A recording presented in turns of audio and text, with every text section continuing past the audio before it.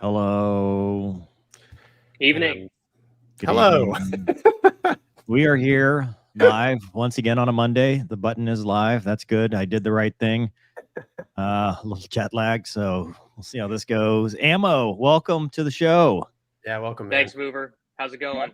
It's great, man. Ammo, for those that don't know, didn't look at Gonky's masterful slide, whatever that thing is. Thumbnail. Yeah. So Ammo has flown all the things that I think are cool, except the Tomcat. I'm not going to hold that against him, or the Viper, right? Tomcat. But we're excited to have you.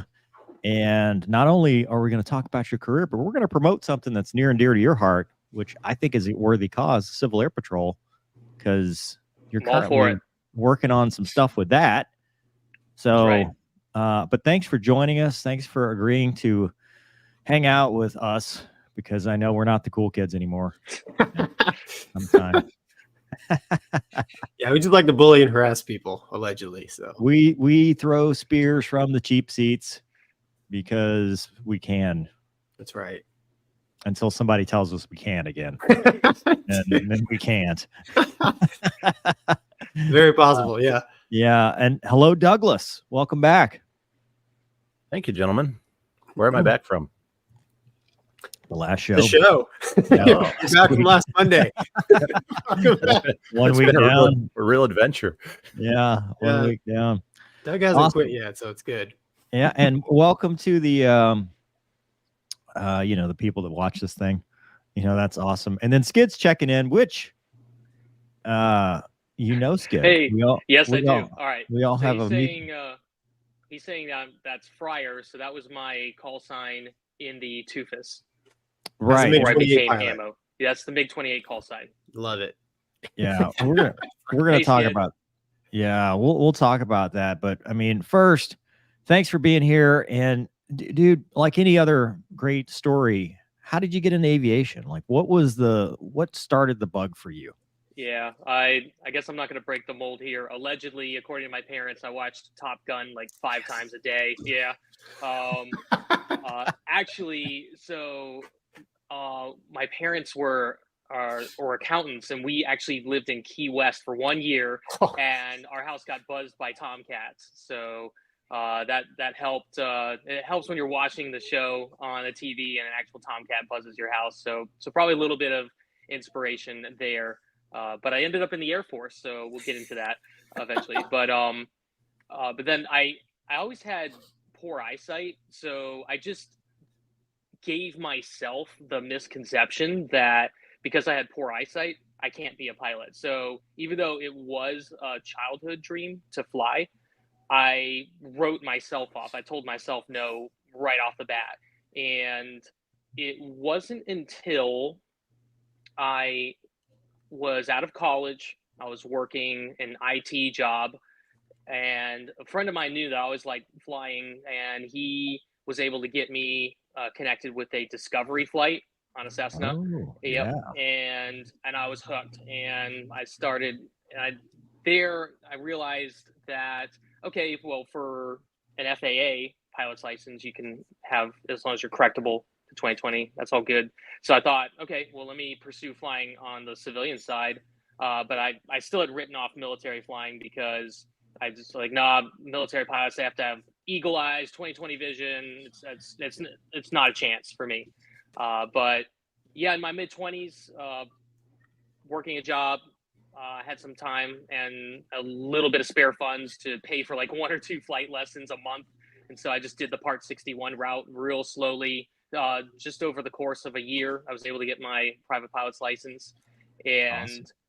and I was like, cool, now what? What do I do with this? And so I think I was looking through an AOPA magazine, and I found out about Civil Air Patrol. And now most people who've heard of it, they associate it with their cadet programs. But what caught my eye was that you can join as an adult, and you can fly on Air Force assigned missions like search and rescue or disaster relief type missions. And so I thought, oh, cool. Well, I've got this private pilot license, and now I can maybe do something with it. And so that got me into contacting local squadron, and it all went from there. Became a senior member in Civil Air Patrol and a mission pilot, cadet orientation ride pilot, which that was my favorite thing to do in CAP, was fly cadets on their very first powered orientation flights, or O rides. Wow. That was something super cool. I think I flew about 50 or 60 of them. Wow. And most of them, that was the first time they've ever been in an airplane. So I'm forever grateful I had that opportunity to be that part of a teenager's experience of flight.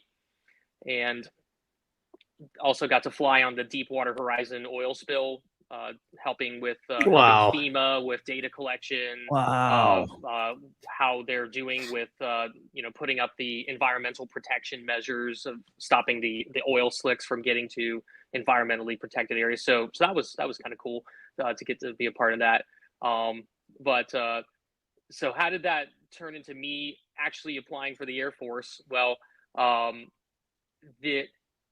back then we had really good support from the Air Force with airlift. So getting C-17s, C-130s to take us up, so both CAP cadets and senior members, and fly us to whatever our activities. So in our particular case, it was taking us from Homestead Air Reserve Base up to Charleston.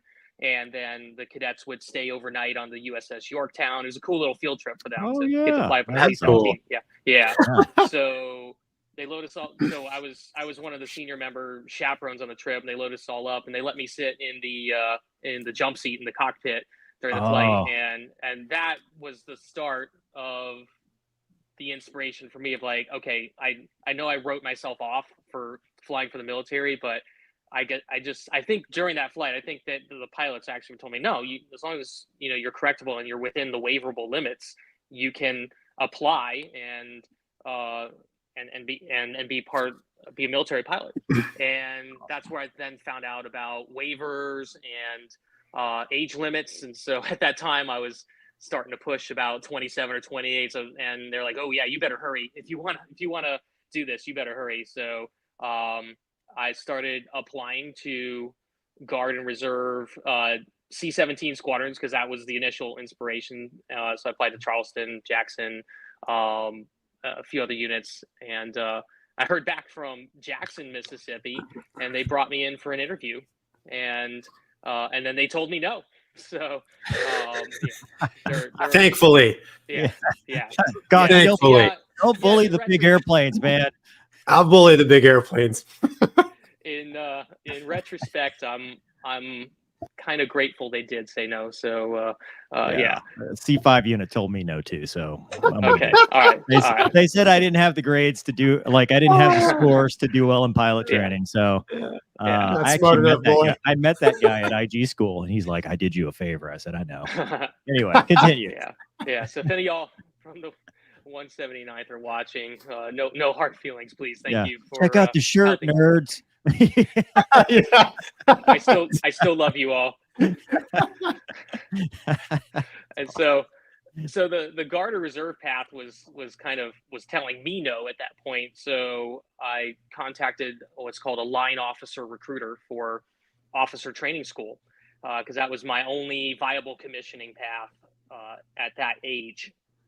So too old for the academy or ROTC. And even he at that time I was almost 28, and he said, "Hey man, sorry, you're too old. I'm not going to let you apply." And I guess at this point I was like, I got this far. Let me just look at the regulations, see where he's getting that from. I think I asked him, where does it say that? And looked it up, and it said, well, if you could start, back then the age limit was 30 years old, and so it said if you could start officer training school by 29 years old in 1 month, you can go to pilot training. And it just so happens that they had an OTS class that started when I would be 29 years old in 1 month. Oh, wow. Yep. Perfect. I showed that to the recruiter, and thank God he was not like, "How dare you tell me?" Thank God he wasn't. He was very receptive and open to that. And he said, let me show this to my supervisor, and the supervisor said, "Yep, go for it." And so he let my application go through, and a few months later, I got the call that I got a pilot slot. So and so everything was going pretty well, and I was like, "All right, Emma, cool, what year was that? 2012, or sorry, that was 2011." Okay. Yeah.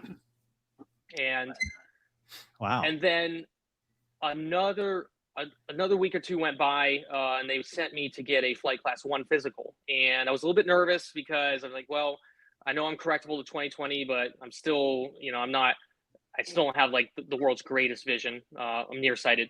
And so I was a little bit worried about that physical, but I was like, all right, gotten this far, let's just keep on pressing. But then another week or so after that physical came the earth-shattering news. The recruiter called me, and he said, "Yeah, based on the results of your physical, you're disqualified for flight class 1, so you cannot be a pilot. You are medically qualified for the other rated officer positions. So if you want RPA, ABM, or CISO, we can offer you that. But you cannot be a pilot." So after a lot of, is that ammo? Was that from eyesight? Is that why? Yeah. Okay. Yeah. My eyesight was just at that time, it was just outside the waiverable limits, and so they try to appeal it, but they're just, I was just one of thousands and thousands of other people trying to break through in the beginning. So yeah, they basically told me go pound sand. So after a lot of talking to mentors, prayer, and thinking introspectively about it all, I decided, well, let me still take this opportunity. They've offered me a spot in OTS to commission. Let me go RPAs, because there's a lot of future potential growth in that, and I could probably make a good career out of that.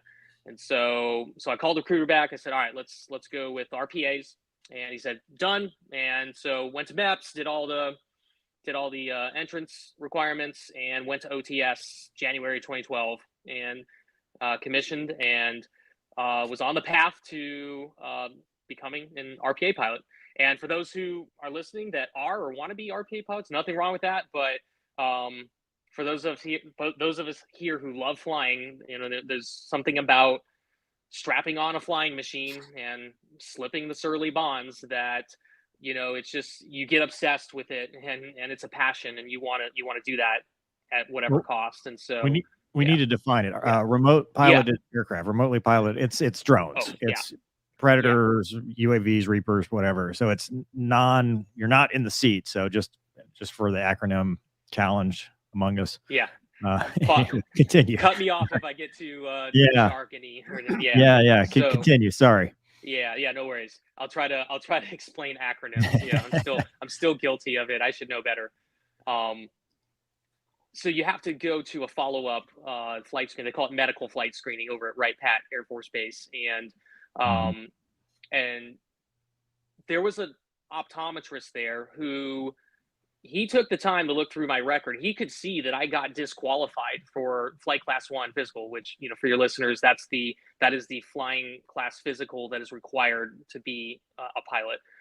You can get flying class 2 and lower for other occupations, but pilot, you need FC1. He said, "Oh, I see you were disqualified that." And he's like, "Well, based on your optometry examinations here, we might be able to get you a waiver. Do you want to stay an extra day and do some extra tests and go for that?" And so, and you would have thought I would have leaped at it, but that having the heartbreak already several times of being told no, and then it getting a little bit further, getting closer to the dream, and then having it crushed again, there was actually a part of me that was just like, you know what, I've got this RPA job in the bag, let's just not take any risk. Let's just go forward. But I'm thankful that, I knew I had to make a decision right then and there, and I could just feel, I just said a quick prayer to God, and I just felt this peace that was like, look, take that risk, go for it, because if you don't, you're going to regret it for the rest of your life.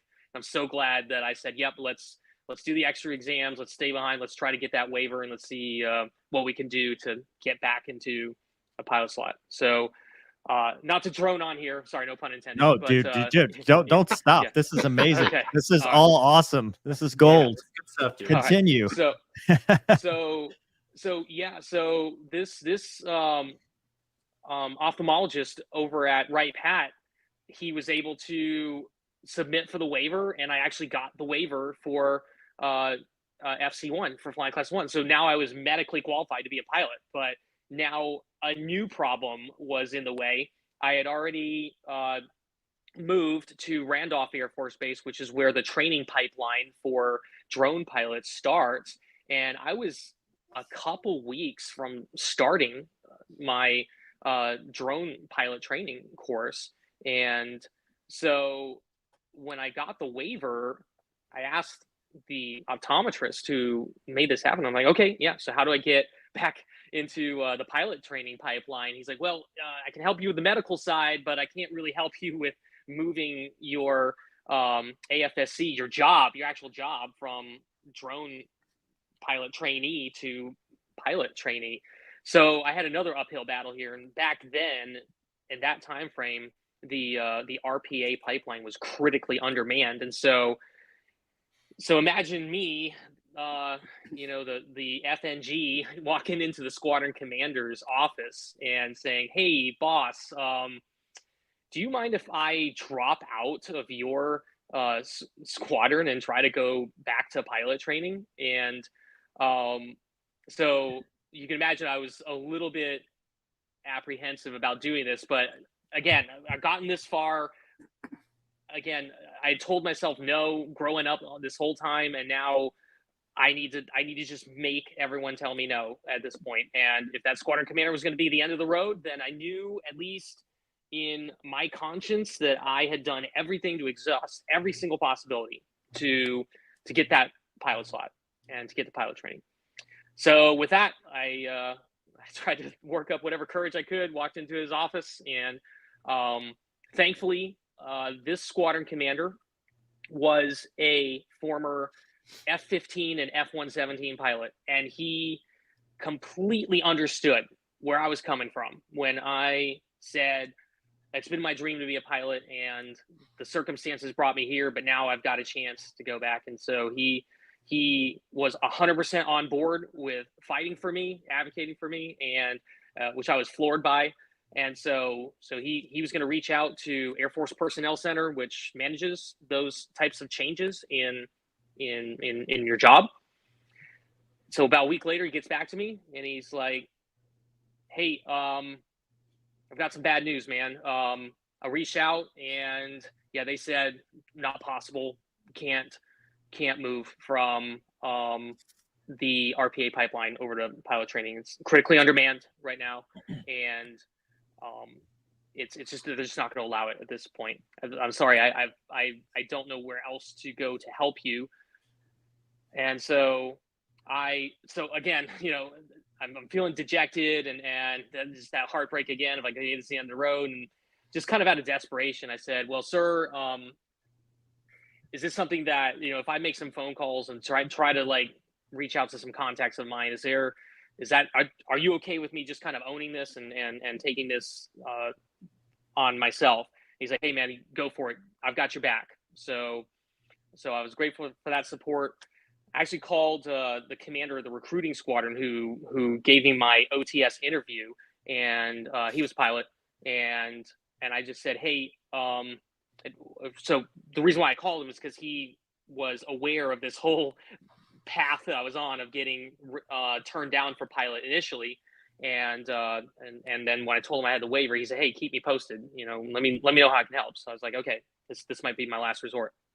So I called him up, and he actually happened to know some contacts at AFPC who manage the pilot training pipeline and manage who goes into that. And so he gave me some advice. He's like, look, you had a pilot slot. They told you were medically disqualified, and now you're medically qualified. So you have a case here where you can submit a package to the Board of Correction for Military Records, which for those listening, that's a pretty serious process where you submit paperwork to Washington and they review it and they can overturn and change a lot of things.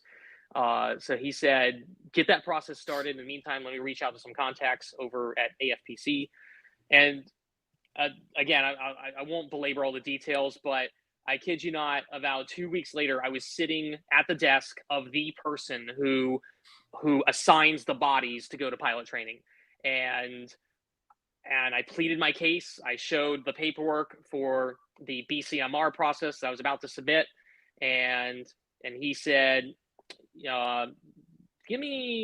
just wait 2 or 3 days before you submit that BCMR package. And if you don't hear from me, send it in and we'll go from there. And no kidding, about 2 days later, email came through, and it was what we call a RIP. It's a document that shows a reassignment, and I was going to Laughlin Air Force Base for pilot training. And so that's awesome. That's awesome, man. Call it a miracle from God, or yeah. I can't explain it, but the impossible happened, and I was able to go to pilot training. So when I walk into a squadron and I say happy to be here, I mean it. So and so that's how I ended up in the Air Force in pilot training. And so I'll pause if you got any questions or any commentary. I mean, that's wild. You obviously had to do really well in pilot training because you got a fighter slot. Yeah. So I said I wanted to be in C-17s, and I meant that at the beginning. And I was air sick. I was puking my guts out in T-6s, and really, I was like, yep. Yeah, I think flying heavies is what I'm meant for. So, but then my flight commander at UPT, he sent me to the Barony chair, and this is a modern day torture device that the Air Force uses to basically convert your body from feeling air sickness to not feeling it at all through days and days of torture. And it was basically, think of an office chair. For those who don't know what it is, it's like an office chair that they just spin you around and around and around again. And if you're projectile vomiting the whole time, they don't stop. They just keep going until your inner ear and your brain finally say, this is enough. No more. All right, we're going to just ignore this feeling. And it worked. It cured me. And I actually started liking going upside down and flying formation and doing all of those things that fighters do. To be fair, C-17s and C-130s, they do a lot of that stuff too, but just not as fast and not as close. Yeah, not on purpose. Yeah, and not so either of those aircraft. Yeah. Things are going well. All my heavy driver friends out there, I love you. So, Yeah. so Except for the nerds that didn't hire you. Yeah. I love them Paxson. too. Love them too. Oh, And so yes. when it came to the track selection of do I go T38s or T1s, I was like, well, all right, well, you miss 100% of the shots you don't try. Well, here's an opportunity. So there was one time in 2008, so 4 years prior to pilot training, I went to Sun and Fun in Lakeland, and I Mhm. saw an F-22 demo, and that it was just like watching an alien spaceship defy physics, and I was so floored by seeing that jet. And I remember like kind of murmuring to myself of like, well, I'm never going to get to fly a fighter, but if I ever could, I would love to fly that. And so now I realize I'm actually at a moment where I actually have a thin chance at actually flying the Raptor. And so I thought, all right, let me just put in for T38s for the track select. And so you said, did I do well at pilot training? Well, I did enough to get there were 5 T38 slots, and I got the number 5 slot. So That's all you need. Perfect. dumb luck and timing. You know, at that point in time, there were 5, and I got the 5th one. So, and I was so like, not confused. I was just so like dumbfounded that I'm now over at the T38 squadron. In fact, day 1, I was there. The squadron commander came and briefed us. Welcome to the squadron. And like, I was just so shocked that I was there. The squadron commander actually like looked at me. He's like, "Do you even want to be here?" And I was like, "No, yes, of course." He's like, "No." Like, he just didn't understand. Just the look on my face was like, I just can't believe I've made it here. And after all of these no's, all of these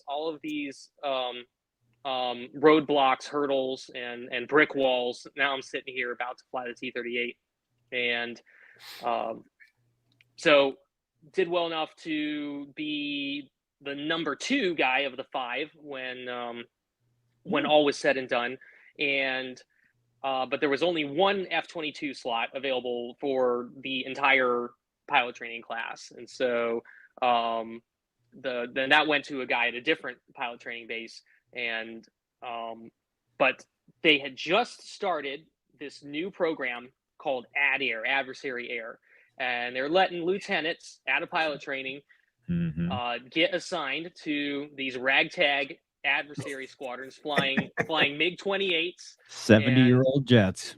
Yep. And With 70-year-old men. Someone claimed that I'm pushing that now because having joined OTS when I was pushing 30, but and so they claimed that if you went this route, the ADAIR route, that you have a chance at getting into the Raptor. And so so I put that as my number 2 choice, and I got it. And I was assigned to Tyndall, to the Tufus, and ended up there. And before it was the Tufus, it was just the an offshoot of the 325th Trids. Yeah. And it wasn't even its own squadron. Emil, So, how long were you at Tyndall? From January 2014 to September of 2015. That's So a quick. Okay. That's a quick. Yeah. So Yeah. let me ask you, as the first adversary lieutenant, how big of a culture shock was that? Because you go from IFF, where they don't teach you any of the stuff that we do, and you're in these large force exercises with no data link, no radar, no situational, no HUD, With no Skid. HUD, an old seat. With Skid. With You're Skid trying not leading you. Being, go out being with led Skid, around by Skid. Yeah. Yeah, Skid, who has 2 power settings, full afterburner and idle, and there's no in between. And he's you letting may or those may all the not, time. yeah, you may or may not bingo out before you get there. But just talk about that. Like, how was that?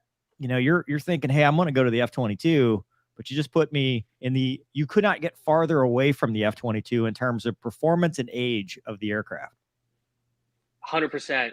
And then when you say culture shock, yeah, you're going to this squadron where you're one of like 2 lieutenants, maybe 1 captain, and everyone else is lieutenant colonels and majors that are nearing the sunset of their careers. I love that photo, by the way. That's actually that's a Skid and I are in the jet on the top left. Oh, And Bud, our squadron commander, is leading us there, and that was a photo op we did with Mr. John Dibbs. Nice. Sorry, Mr. Dibbs, if I didn't notify you that we were going to use this on this channel here, please don't fry us for copyright. all credit. We goes love your to work. you. Yeah, Yeah. yeah. But yeah, it was that's back then. That squadron was kind of just off the radar. So, I mean, it was the Wild West. These crusty lieutenant colonels near the end of their careers, they just made sure we were safe enough to not die. So sanctuary altitudes were king or were paramount to make sure we don't smack into another jet. And yeah, they're C2 helping us out with point outs, but yeah, no ADSB, no radar, nothing.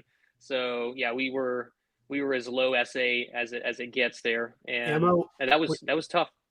When you were there, lieutenants just stayed as wingmen, right? No, they put them all the way through IPUG. Oh, Really? okay. Yeah. You went through all that stuff? So I was just starting FLUG, flight lead upgrade, when I got the call that they had an opening at the Raptor B course, basic course, and they needed to fill that opening. And that's exactly why they let lieutenants go to the Adair squadron, is to kind of have a bullpen to backfill any unexpected vacancies and eventually flow them over to some type of fighter platform after doing 2 to 3 years as Adair. So after only 1 year, I was able to go into the Raptor B course. Yeah, so you just walked across the street. I mean, you were already literally those dudes. Yeah. Yeah. And Wow. most of those instructors I'd already flown with on the Adair side. So if it wasn't for that Adair program, I don't know if I even would have passed the Raptor B course, because like you said, you're exposed to the debrief. You're allowed to watch the tapes because you're read in on enough of the stuff, and you just gain a sense of familiarity with the whole process and with tactics and techniques and procedures that going straight into it from IFF. For me and my ancient brain, it might have been too much of a fire hose. So I'm very thankful for the Adair program that I was able to kind of get a taster of it all before going over to the Raptor. Now tell me about, because this is going to make me sad. Tell me about your first flight in the Raptor. How much of of all the things we've talked about up to this point, and you from the air show, from the nose, from the people telling you can't do it, to the first time you're strapping into this jet, what is that feeling? I still remember it as if it was yesterday. Sorry for the cliche, but after the flight, I was literally shaking from all the adrenaline. It was a rush, especially because there's no two-seaters. Good. You have as it should be. You go to the sim, and if you can land it in the sim, thankfully the sim is high enough fidelity that if you're good enough in the sim, then you're probably not gonna prank the jet. So DCS pilots could fly the Raptors. What I'm hearing here. I did not say that. Do not quote me on that. Yeah. Breaking news. We just Continue. crushed the hopes and dreams of thousands. But they used to have a Viper lead-in to the Raptor. Did you know about that program? Yeah. Shots did it. Yeah. And they cut that program about 2 months before I would have gone to it. I was pretty bummed about that, because it's just 3 weeks over at Luke, pull some G's, do some tanking, do some landings, and then off you go. So I missed out on that. So no F-16 time in my logbook. Can't all be perfect. We can't all be perfect. You've got that on me, mover. You got to have some flaws. Yeah.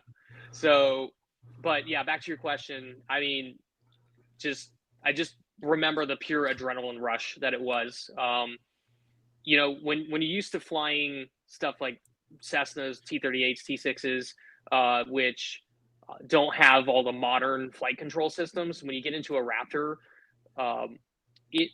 I was actually surprised how easy it was to fly, how forgiving it was. Because obviously, as you know, it's got envelope protection. It's not going to let you depart it. It's not going to let you do something really dumb. And so it was just a joy to fly, and just so forgiving and easy. It took me a little bit to get used to the side stick. My IP on that first flight said that it looked like I was just a little bit ratchety in the controls, and it's just it just was, Viper same way. Everybody ratchets the first time. Yeah, so my brain just wasn't quite used to the force of the side stick and how to quite square all that away. But after a couple flights, it's second nature. Emmo, did they? Because I'm ignorant, but your first flight in the Raptor, obviously solo. Is it just a pattern hop, or do you go out in the area and do some air work and can then come back and do patterns, or kind of like what all did you? Yeah, the ladder there. Yeah, so you take off, you go out into the area, do some basic AHC, aircraft handling characteristics, and just to get a good feel for the jet, because it's all about controlling the angle of attack, or the alpha, as we call it. And the Raptor, if you just pull straight back on the side stick, they say it's like it feels like a skateboard is going out from underneath you, and because it will go from where the wing is actually flying to what we call the post stall regime. Once you exceed the critical angle of attack, and then you are beyond that, and you're in the post stall regime. And if you're not careful, if you just are not careful with how much backstick pressure you apply, you're going to be well beyond the critical angle of attack. The plane's going to be basically stalled. That's actually what you're seeing at the air shows, is that when it's doing all those physics-defying maneuvers, it's in the post-stall regime. The aircraft is actually stalled, and the wing is no longer flying. But the flight control system is so advanced on it that it's using all of the control surfaces. It's using the thrust vectoring. And the computers are gonculating how to keep this aircraft. Is that a so to speak? Is that Keep it going, dude. This is good. Just keep going, dude. Sorry. We're all hanging on every word here. Yeah. So all the flight control computers are talking to each other how to keep this jet from just completely departing controlled flight. But the whole time you are still in control of the aircraft, even though gravity is also kind of in control because you're post stall. But you can still pivot it around its axis, and you can see those pirouette turns that it does in the air shows, all that stuff. You're in control still, and then it's fairly benign to just push forward, break the stall, and regain flying with it again. And it's just an incredible machine. It's not overhyped in any way. Obviously, in this forum, we can't go beyond the classification level, but I can say that if people are worried about it not being relevant for the next decade or so, especially with the planned upgrades, it's going to be fine. It's going to be fine. So you're saying you're in control. Is it a vote?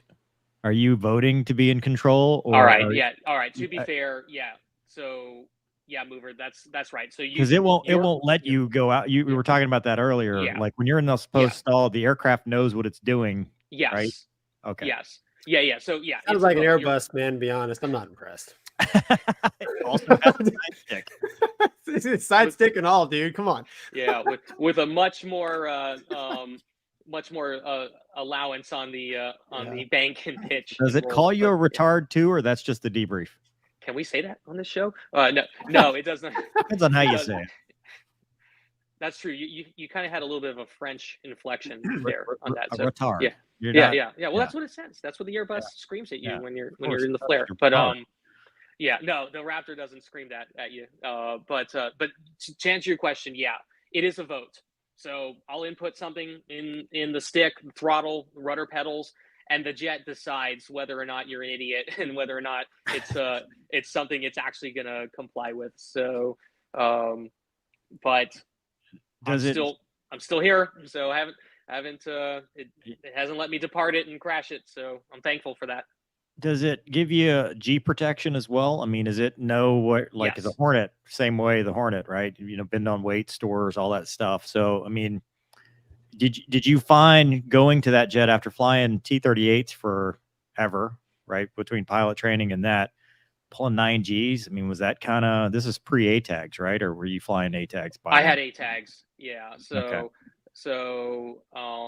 But I didn't have ATAGs in the fuge, and that was awful. That was horrible.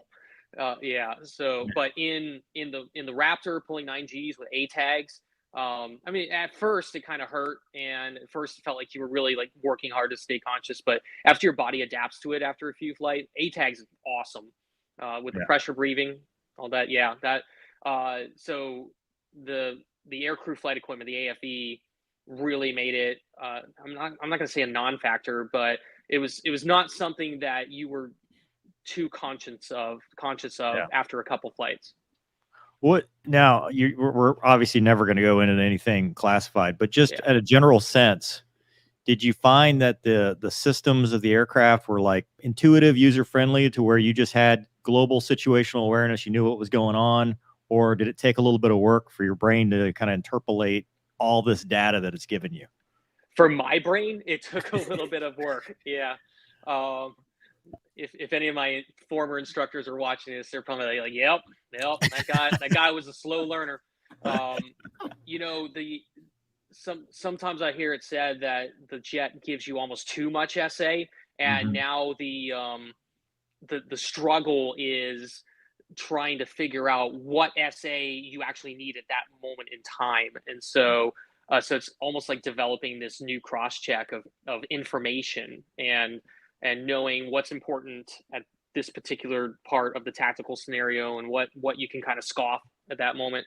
But the jet just, it gives you so much as far as SA, and it just takes it's your brain that now has to do the learning and filter. adapting, because Yeah, it's not the system that's the limitation anymore. It's your brain. you're filtering some things that just doesn't, that learning to filter out the stuff that doesn't matter. Yeah. I mean, did you feel like, to me, like, I flew a Block 30, right? Not the greatest radar.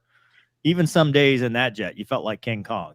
You felt like you could go out there and just, save the world. Did you get that feeling as you went, or were you kind of cognizant of the fact that, any given Sunday, man, any threat can be a threat to me, and I need to make sure I'm on my A game at all times? Yeah, I think more of the latter for me, and that almost might have been to my detriment. A lot of the feedback I got when I was in the Raptor was that I needed to be a little bit more aggressive, a little bit more assertive, and a little bit more of that King Kong attitude, but in a healthy way, because obviously it could be the other extreme where you got that invincibility kind of complex, and that's not good. But to me, I think I was a little bit too much on a little too cautious, a little too timid on that, and because I let it intimidate me. And looking back, if there's anything I could do again, I wish I had a little bit more of that former attitude that you were talking about there. Yeah. So did you get to, was there a little bit of, like, I don't want to call it payback, but just the going back with a Raptor and fighting the T-38 that you had just flown? Like, what was that? Did you get any of that while you're, like, hey, I was just in this jet. Now I'm, now Wait, I am. Emo, be honest. Did you ever get shot by a MiG-28? Yep. This kid get you? Yep. Too many times. Yeah. Yep. I made many an ad air pilot's day through my incompetence and buffoonery. Yeah. Yeah. But that's pretty cool, right? Because I know from the ad air perspective how frustrating it is going, well, I know he's in a Raptor, and so it doesn't mean a whole lot, but it still sucks that I can't even, like, somewhat turn with the guy. Having the other side, like, where you're like, okay, this is just easy. How did that feel, having only flown the T-38? Yeah, so to me still, because I guess my learning was just a little bit slower in the jet. It was definitely unfair, but I just tried to make sure that I killed them before the merge, and I porked it away in DFM. Want to be that guy? Yeah, I was that guy who would, be not careful with the side stick and go post stall and be dropping like a leaf, and then get outturned by the T-38, by MiG 28, and get killed by an Archer. So yeah, it took me a while, but got there eventually. Were you operationally at Tyndall as well? No, I got assigned to the 94th Hat in the Ring Squadron at Langley. Okay. Did you deploy or anything with that squad? Did you shoot any balloons down in your tenure? Say that again. Sorry. Shoot balloons or anything during your time? That was pilot. That was after I went on the exchange tour. Yeah. I mean, how much do you want to talk about the balloon? I mean, we did deploy though. We went downrange, and we were part of Operation Inherent Resolve. Okay. Was that a 3-year tour, Ammo? Yeah, it was a 3-year tour. Now, due to the deployment happening towards the end of my assignment there, my squadron commander reclaimed me, and I ended up doing 4 years at Langley in the 94th, and then we talk about the follow-on tour later. But yeah, did the deployment to OIR, and that deployment is actually what gave me a newfound sense of confidence in the jet. I mean, when you're sitting in the jet for that many hours and you're just becoming that familiar with all the systems and everything, and all of that aerial refueling, all of that coordination with, all of the joint forces that are there, it gave me a new level of confidence in the jet. I almost wish I would have deployed earlier than I did in my assignment at Langley. Did you do a pond crossing in it? Yes. You did. Yes. That is a long time in a poopy suit. Oh, a lot of time to push buttons, right? It's like, what does this do? Yeah. Yep, that too. Yeah. How many hours did you end up with in 4 years? Over 600 in the jet. And that is not a lot. All the Strike Eagle guys watching are laughing at me now. Yeah. Dude, that's not. I mean, that's not a lot. Not a lot. I mean, in the Raptor community, it's probably a lot, but in the rest of the world, it's about average. Yeah. I mean, we flew about 3 times a week, so 3 to 4 times a week. But on 1 deployment hour or when you were home? At home base. Yeah. Were the deployment sorties like the marathon 6-7 hour, fight tank kind of stuff, just standard counterinsurgency level ops where you're just out there, refuel, look at stuff, come back, refuel, look at stuff, all that stuff? Yeah, we had a DCA role, but just to deter against any unforeseen aggression from any of the other players out there, because we had our coalition forces on the ground, so we had a DCA role. Yeah, defensive counter errors. Sorry, I did acronyms again. That's cool. So let's talk about your follow-on assignment, because to me that's like the highlight, right? I mean, you go from flying the coolest jet. I mean, how did you even get the idea, and how did that all come about? It wasn't even my idea. I kid you not. I was at SOS Squadron Officer School playing flicker ball. And my squadron, I know, the glory days, right? And Gonky, do you even know what we're talking about? Mover has briefed me on these leadership. I skipped it. No, I skipped it by going to the Navy. You did, yeah. So that's how I got out of that. The trick. Okay. Like they asked me, they're like, "Did you ever go to SOS school?" I'm like, "I'm sure." Yeah. Anyway, I was there, and my squadron commander texted me. He's like, "Hey, this opened up. Is this something you'd be interested in?" And it was the Typhoon instructor at their formal training unit in the RAF in the UK at RAF Coningsby. And so I called up my wife and I was like, "This sounds crazy. Do you want to do it?" And she's like, "Yeah, let's go for it." And so that's how we ended up getting assigned to that. And that's just sometimes how it works, is that these random assignments just pop up that you don't know about. We have this system called Talent Marketplace now that supposedly shows all the open assignments out there, but it was in its infancy back then, so it just didn't know about it. And So we put in for it, and we got the assignment. Were you So a Raptor IP?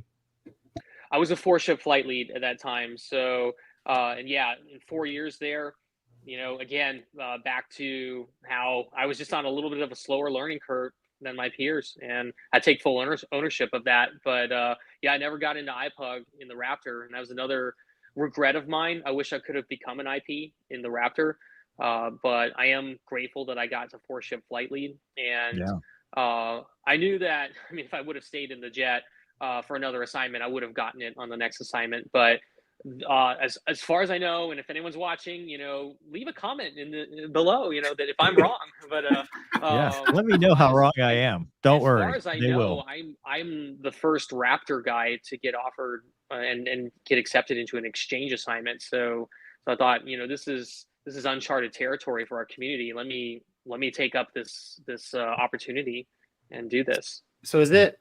I know in my former life as a Navy guy, if you did it, we called it a pep tour. Yeah, it was kind of a career ender because when it came time to rack and stack, you're like a one of one, right? I mean, not that I cared because back when I was younger, I was interested in possibly doing one as well. And I remember the counsel I got from leadership was like, well, it's kind of a career ender, blah, blah, blah. And I'm like, and it took you off of the path. I mean, is that kind of how it is in the Air Force? Mover? Yeah. No. Yeah. Mover, did you want to say something about that? I'm just asking, like, if I don't have any idea because I don't know. Yeah, no, Gonky, you're absolutely right. You're now not quite in the same pool as your peers, and it's just a different stratification group, and we don't have to get into the weeds of all that, but right. You're right. You're kind of now this outlier, and so it's the same as in the Navy, basically. If you do a pep tour, you're kind of creating your own future at that point. Yeah, we had a couple Navy guys out there when I got to RAF Coningsby. There were a few Navy guys out there, and their detailer was out in Naples, Italy. But so and our headquarters was at Ramstein. So you're pretty much in the Wild West when you're on these exchange tours. You're under the leadership of your host nation. So my RAF squadron commander was kind of my supervisor there on the field, and then administratively Ramstein owned me. So, but you're just off the grid. We said we all went feral out there. What's it like? No more nerd questions, Gonky. What's it like flying the jet? Who cares about career? Right. I want to know about flying this thing. Tell me about flying. I loved the Typhoon. It just like the Raptor, very advanced flight control system. Nimble, very powerful. One of the things you did on one of your first flights is you get down to about 500 feet above sea level, and you start at about like 200 knots indicated. You put in the afterburners. The Brits call it reheat. So we need Tim. Call Tim Davies. See if he's up at this hour. Yeah, Tim. I love all my British brethren and they're all sistren. Right now. Yeah, they are. As trash as you want right now. I can get away with it now. Yeah. So you put in reheat and you go to like 0.99 Mach and the acceleration. I mean, you get there in a couple seconds. I mean, you are just flattened back in your seat. It is very powerful. Very nimble. Now, where the Raptor had the advantage over it was in the low speed handling. So the Typhoon, because of the delta wing and its configuration, doesn't like low speed. So at a certain low speed regime, it'll just take the jet from you. Betty in the jet there, she'll be like, speed low, recover, and then you're just along for the ride. If you don't, you're given a couple seconds to recover, and then if not, then Betty's just like, FCS override, and then you're just on you're just riding along. The jet just takes control. Emma, has Betty ever put you through the hard deck? Well, yes, the notional one. Thankfully, right. That's what I'm saying. The real one, yeah. Right? The notional one. Yes, absolutely. Yeah. Betty can't help you there. Do we So have to explain Betty for the audience? it's So, well, no, I think they Okay. got that. But Alright. so compared to your first flight in the Raptor, Mhm. what was it like? Were you just like, because I remember, first time going from the Viper to the Hornet, you spend a lot of time just like, oh, this is cool. Oh, I wish, was there a lot of that comparative, nature of it? Yeah. Are you sitting there kind of like, okay, well, we did it this way here, and then trying to translate it from what you knew for the last 4 years? Absolutely, yes. Yeah, there was, I wouldn't call it negative transfer, but there was definitely a lot of the Raptor coming through, and how, especially in the execution, and it's like when you go from 5th gen to 4th gen, there's a lot of differences in the execution of the tactics, and so that was a little bit of a learning curve. I will tell you a little maybe funny story from when on my first flight in the jet. I get into the jet for the first time, power it on, and I'm hearing this awful like clunk, clunk, clunk, clunk sound. I'm like, and it's like shaking the jet too. I'm like, this can't be right. So I call into ops, and I'm like, hey, I think I need to step to a spare. This jet is like is just something, and so they asked me to describe, and they're like, mate, that's the mech scan radar. And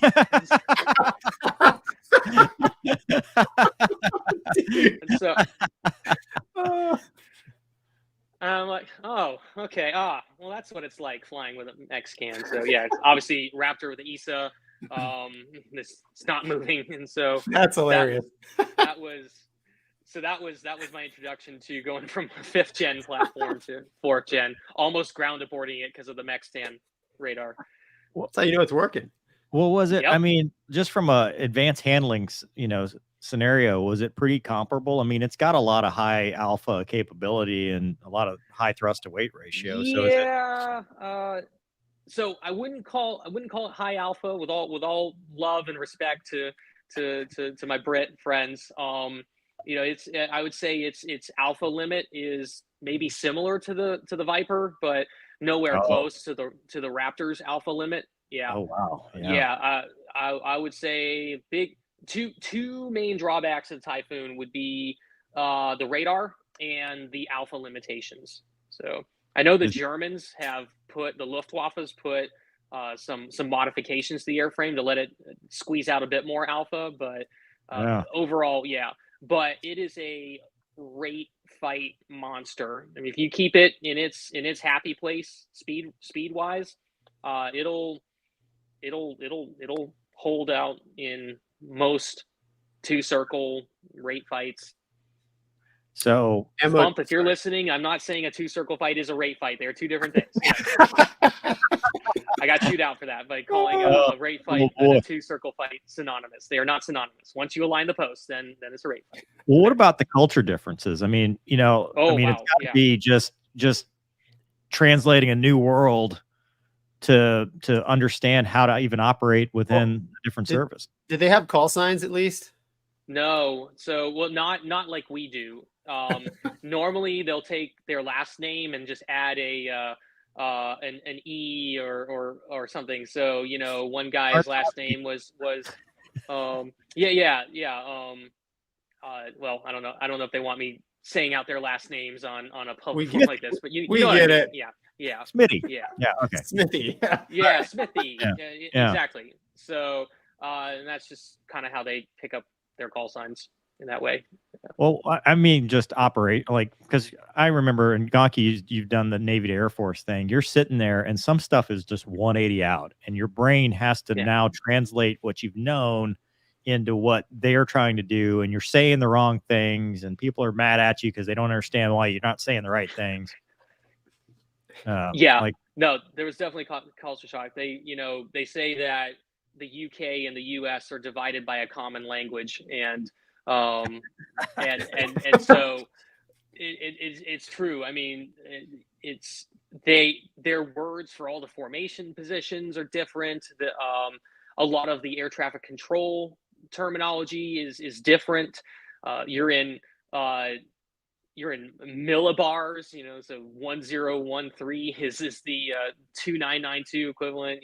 You got to know what QFE and QNH and QNER, because you're constantly switching between them. Yeah, it's just a different world. And then tactically, yeah, their approach, at least when I got there, was very, very fourth gen, very influenced by Tornado, F3 for air to air and air to ground tactics. And so there was just a lot that was a learning curve for me, just going fifth to fourth gen, and then in a different country and a different jet. So that definitely took a while. So and then I had to instruct it. So that was another layer of complexity. So Was that upgrade tough? Is that pretty like? I would say it was pretty gentlemanly compared to how iPugs are run in the States. I mean, for me, it was like still an adult. Got it. Yeah. Yeah. So I was gonna. So did they run you through their FTU course first, and then they ran you through a separate, like their iPug? Yes. But how long did that take? It took, you know, and we probably don't have time to go into this, but I ran into another health issue with my eyesight. Well, and that was going to be exactly the next thing I was going to talk about before Gonky's question. So let me get back to your question on that, Gonky, on the time frame. Yeah, I just go ahead. I mean, I was curious if because in the Air Force it seems like anybody comes over the Air Force automatically they're like 0 quals, no nothing, no nada. You got to start from the basement. Whereas we had a British exchange guy come over to the Hornet. He was a Jaguar guy. He came over. He went through the FTU just to get the qual in the airplane, and at the end we were like, "You basically get it. iPug complete." Yes, and that was it. That's what happened to me. Yeah, I was gonna say. I bet the Brits are similar. Yes. Yeah. They probably chopped off about 40% of the syllabus rides, and proficiency advanced me through quite a lot. I almost begged them to be like, no, put me through the entire course, please. Been there. If you want me to teach this, you know, let me at least be exposed to the syllabus events that I'm going to be teaching. That was my rationale. They're like, nah, you're gonna be fine, and then straight into iPug after that. So, but yeah, so an iDoc, I had to go to RAF Lakenheath for my flight physicals, and an iDoc there was you know pretty zealous about his job, and he was really like digging deep, looking in my eyes, and he found something there. He's like, oh, okay, yeah, I'm gonna have to ground you, denif you, and that started a 4-month battle. They actually had to TDY me back to Wright Pat Air Force Base to be looked at by the optometrist there. It's just so, but I'm grateful for that, because that same optometrist who got me the waiver in the first place was still there. Oh, that's awesome. I wonder if it's the same doc that got me my waiver, because he contacted me once he saw the show, and he's still working there. Dr. Roos? Name doesn't sound familiar now. Okay. Did he remember you? Yeah. He did. That's awesome. Yes. That's awesome. Yeah. Well, I tried to send him an email every now and then just thanking him, because I'm like, dude, you took time out of your day to actually care, to actually look at the details, and your one little act of sacrificing a few minutes to look through my record and it changed my life forever. And he took some time out of his day the next day to do a complete reevaluation of my eyes, and he didn't have to do that. All he had to do was just, you know, it was just a factory of people coming through. All he had to do was just, you know, stamp approved next. But he cared enough, and he told me, I'll never forget, he told me, well, so many people come through here that we have to tell them no. We have to say, sorry, but you didn't pass, you don't meet the standards, and they have to disqualify them. And he said, with you, I saw the opportunity to finally make that no a yes for someone. Nice. And to everyone listening, and to me, I hope I can do that for someone someday, somehow, in whatever capacity I'm in. And you know, for everyone listening, be that difference in someone's life. Take that extra few minutes to make a difference if you can. Hell yeah, for sure. Yeah. Yeah. So your family is in so they're still there while you're going to Wright Pat? I mean, or did they move Yeah. your whole family? Like, Oh no, it was just a TDY, a temporary duty. Yeah. So go to Wright Pat for a week, and they do every eye test known to man, and then I was this close to being permanently grounded, but yeah. because the condition I had, and to the FAA, if you're watching, I've fully disclosed all of this on my medical, so there's nothing new here. There is no ammo in the airman nothing. database. Yeah, there's no ammo there. Nothing to see here. This man is a Brit. So the condition causes a loss of peripheral vision. But my loss of peripheral vision was right in where the nasal quadrant. Well, thank God the people deciding my case, they're like, well, he wears a mask there, so he can't see at that part of his eyes anyway. Why ground this guy permanently, who we spent $10 million on to train him? Right. And so I'm just thankful there's one story of common sense prevailing amongst many of where it did not. Did you tell him? Yeah. You tell him, look, bro, I'm a Raptor pilot. I don't need peripheral vision. I'm never defensive. I'm only slightly less offensive. Global So essay. yeah, I'm always pointed at somebody I don't like. Speaking of the Raptor, going back to the Typhoon, was there anything about that aircraft that you liked over the Raptor that you were just like, oh wow, this is actually a lot better? I'm really going to be made fun of by the Raptor guys, and they don't watch the show. Keep going. Fully own this. I fully own this comment. The Raptor did not have auto throttle, and the Typhoon had auto throttle. The Raptor doesn't have auto?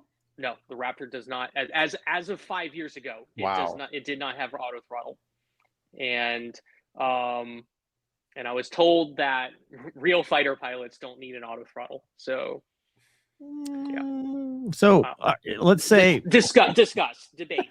How many hours did you end up with in that jet? In the Typhoon? Yeah. Just shy of 300, so like 297, something like that. Yeah. So after your time, did you get to do any dissimilar BFM in the Typhoon? Like, did you get to go fight other stuff? Was there anything that you had fought in the Raptor and then it was a totally different experience fighting against it in the Typhoon?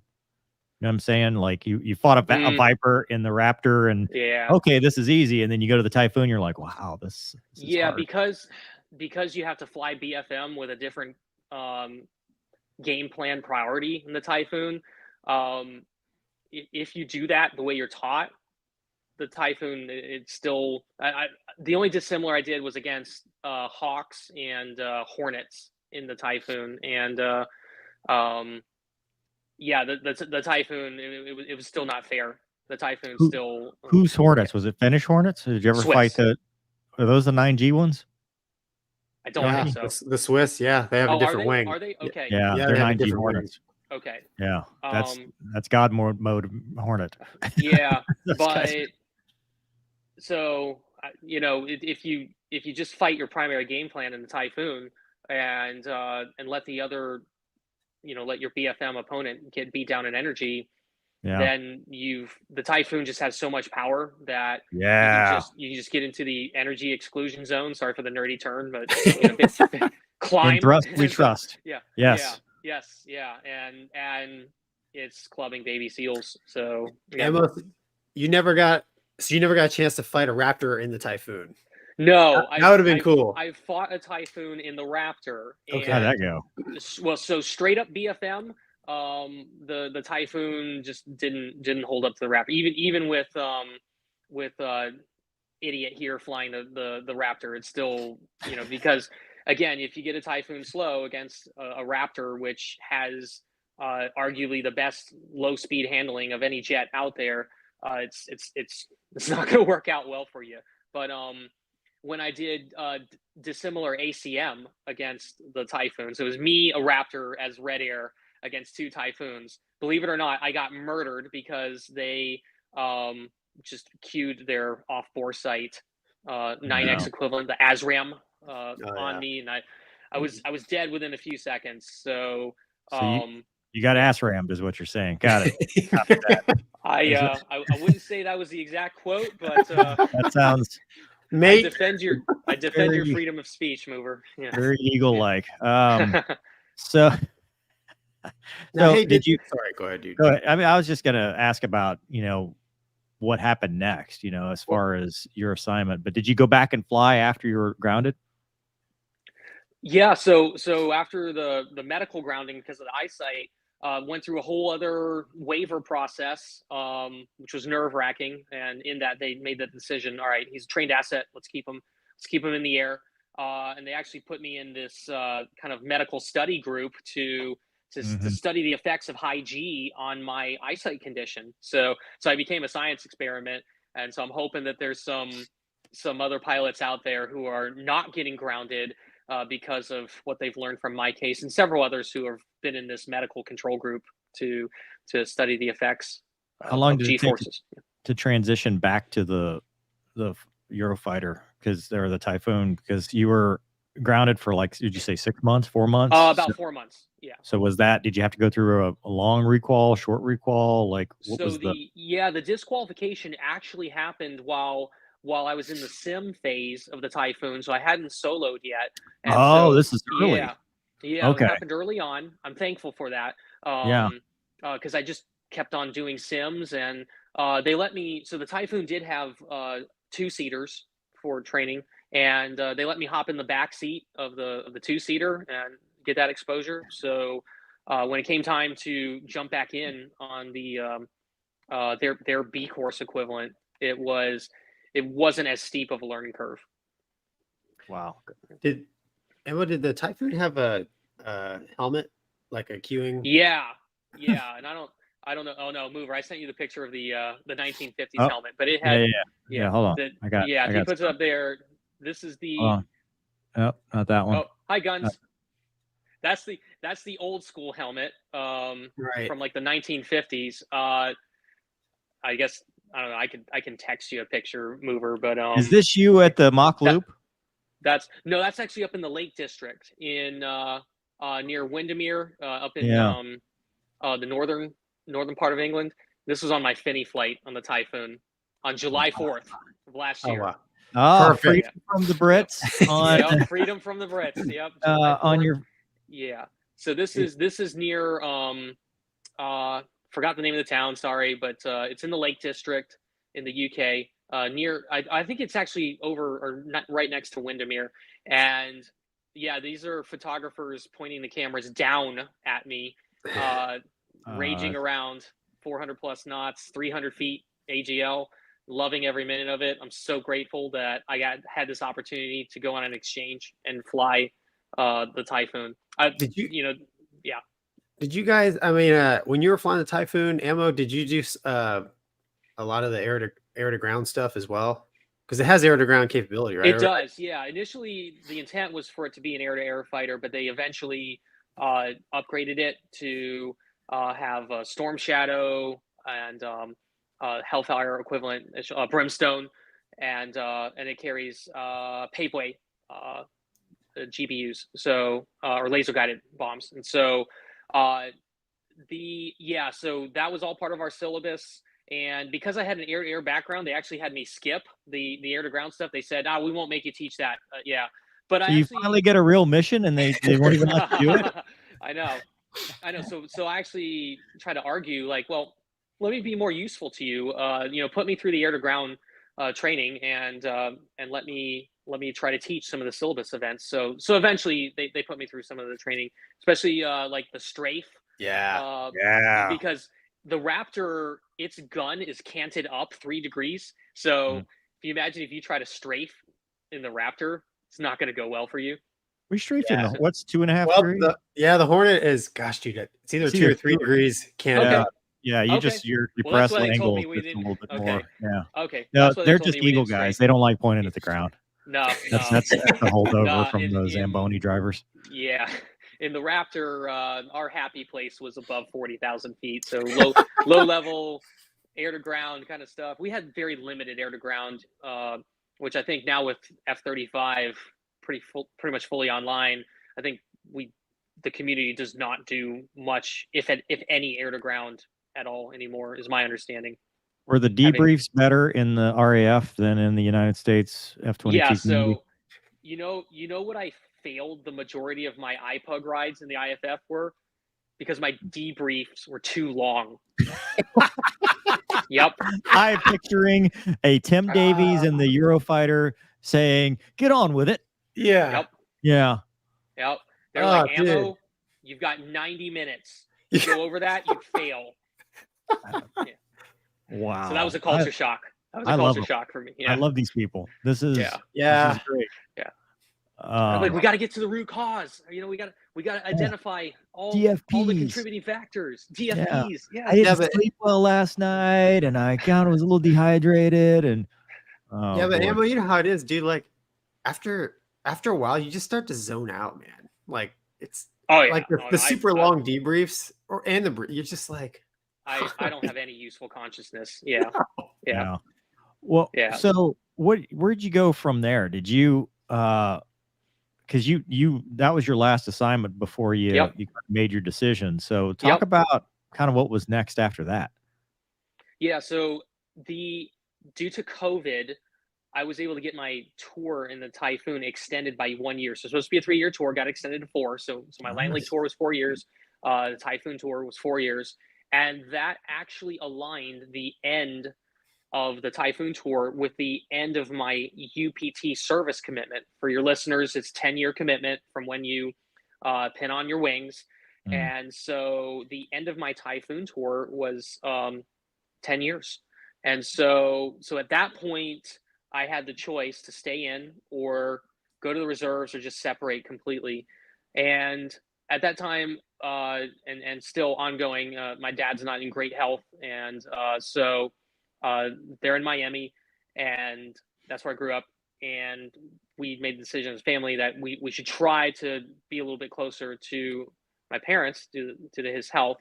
So we got the end of the 10-year commitment, my dad's health, and then the airlines were hiring like crazy post-COVID with the recovery. So even an idiot like me has a shot at getting hired by the airlines. And so we just saw that we had a unique alignment of open doors here that we should try to look into. And so we tried to see what active duty assignments there would kind of be compatible with that. And really there was nothing much in Florida that they could offer us. And so that kind of, and then interviewing with a couple airlines and getting job offers, that kind of made it clear to us as a family that this is a unique alignment of the opportunities. Let's walk through these open doors. Let's separate from active duty and let's try to get on with the reserves. When was And that? so, when did you get out of active duty, Ammo? What year? September of 2023. So last year. Okay. Yep. And so what are you, if you can talk about it, what are you doing now? Yeah. So, again, the goal was to get to South Florida, and I did talk with the MACOs. At that point, they weren't hiring. And so looking at other options, a buddy of mine over in the UK was another exchange pilot. He's like, hey, have you looked into the Civil Air Patrol reservist program? I'm like, the what? He's like, yeah, weren't you in Civil Air Patrol? You should do that. And so I was like, okay, I tried to look into it. Couldn't find anything on it anywhere. So I basically just went onto the global address list and tried to find someone that had Civil Air Patrol in their name. And I just started cold calling people. Finally got info about it, and then ended up getting an interview for a liaison officer position in South Florida. And so I accepted that because at least that meant I'm not going to get a break in service. I can get into the reserves and continue accruing points for retirement, this time for a reserve retirement. And then I can start the airline path. What was unexpected was in this organization, it's called CAP-USAF, Civil Air Patrol -US Air Force. They're responsible for overseeing and managing Civil Air Patrol's use of the grant money that they receive. And so our liaison officers just make sure that CAP is operating safely and in accordance with the cooperative agreement that we have. So we have detachments, kind of like ROTC has detachments nationwide. So we have detachments nationwide, and the one for the Southeast was open, and it's normally an active duty fill. It's a rated active duty, and Air Force Personnel Center doesn't want to send a pilot to that. They want to keep them due to the pilot shortage. So it was vacant, and they offered it to me. They said, "Hey, do you want to go on full-time MPA orders and be the detachment commander?" And I said, "Sure, let's go." I called the union of the airline that I got hired by and said, "Is this smart to do this?" And they basically advised me that I'm protected by USERRA law. Just don't be obnoxious about it, but just let them know with enough time so they can modify the training schedule. And, You yeah, can be so obnoxious. It's fine. yeah, I'll still try not to be obnoxious about it, but yeah. But the bottom line is, yeah, USERRA law protects you from being let go by your civilian employer with the 5 years limit there. Oh. So I did that, and yeah, now I'm commanding 24 reservists and on full-time orders, and they're going to let me fly Civil Air Patrol Cessnas soon. So it's actually turned into a reserve flying position. Can you hire Gonky at this moment? I don't know if he's qualified. I'm not at all, dude. Yeah. Will Gonky have to call you sir? That's the because he's known to bully. Would you be a small commander or a big commander? I'll make an exception and mandate that he'll have to call me sir. Hell yeah. There you go. Report Ammo, in a military manner. You've literally come full circle, dude. Yeah. Back to Civil Air Patrol. Isn't that wild? Did that drive your decision when you were like, I don't know what to do? Oh, well, look at this. These doors seem to be opening in a way that makes sense. Yeah. It's I didn't plan this. It's just how the doors opened at the time, and it's what we needed as a family. I'm glad I walked through those doors. I do enjoy my job. Do I miss strapping on a Raptor and a Typhoon? I miss it every single day. That was one of the hardest things to do, was walking away. Yeah, well, and I know we'll talk about that. That's our mental health minute. So we're revisiting that one. Yeah, no, we're not segue yet. But we do have some stuff from the audience. I think this is a good time to talk to our people at home. Big fan of the channel, Nathan. Ammo, my son has glasses and people have told him he can't fly. Thanks to these gentlemen and other pilots, he knows the difference. Excellent. And Alec, it's his birthday, right, Gonky, or was that yesterday? Yesterday, I think. Yeah. Happy birthday. That's right. Awesome. Oh, here you go. Hey, Ammo, this is Alec. How did you got to be in the Civil Air, or how old were you when you were in the Civil Air Patrol? I wear glasses, but will fly a fighter. So I like the spirit. That's nice, right. Alec. Yeah, don't let go. Make them tell you no. Exhaust every single possibility. Look, not everyone gets through. Not everyone gets to fly a pointy nose fighter, but do everything you can and walk. If it doesn't happen, walk forward knowing that with that confidence you did everything you could to make it happen. And if it does happen, amen, brother. So there you go. So all right. I joined Civil Air Patrol as a senior member. So I was in my mid-20s, but they do have a cadet program. And so for any teenagers listening there, if you have any interest in getting into aviation someday, I really highly, highly recommend that you find your local Civil Air Patrol squadron and check it out. If you're age 12 and up, you can be a cadet. And as a cadet, you get 5 powered O-rides, so 5 flights in a Cessna and additional flights in a glider. You get to be part of National Cadet Special Activities, one of which is the undergraduate pilot training activity. No kidding. I couldn't believe this, Mover and Gonky. I was there at Columbus Air Force Base, Mississippi, a few weeks ago, and about 24 cadets were there, and they were put through T6, T38, T1 sims. They had to do stand up and boldface. It sounds miserable, but these teenagers were eating it up. Not to a 12-year-old, They loved it. a teenager. Actually, I heard that they put the actual UPT students to shame with their boldface and their. Of course they did. Yeah. Yeah. So at the end of this, they put them in the back seat of T6s and T38s. Oh, hell yeah. Oh, wow, dude. Are they still doing scholarships to get your pilot's license? Yes. Is that still a thing? Yes. If you Google the Cadet Wings program, they have funding for the cadets that apply to take them all the way to private pilot's license. What's the requirement for that? Is there a means testing or just academic, or how do they how rare are those scholarships?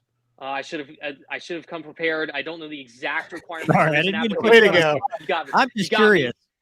Yeah, but you have to pass. I know you have to be a certain level of cadet because they have a rank structure that kind of mirrors the Air Force, and so you have to have advanced to a certain level as a cadet to be able to start applying for these type of NCSAs, National Cadet Special Activities, and so it's I think the stat was in the last 2 to 3 years, they have put over 300 cadets through private pilot training and they've gotten them their private pilot's license. Wow. So awesome. yeah, it's competitive. There are limited slots, but I can't think of any other program in the nation that offers this kind of opportunity to our nation's youth. No, and, Wow. and that's other Aviation countries board. do it too because we've interviewed people. They're like Canada, they're like, oh yeah, I was in the cadet program, and they do that. Yeah. And one of the things I want to point out and thank you for is before you even did this job, I met you.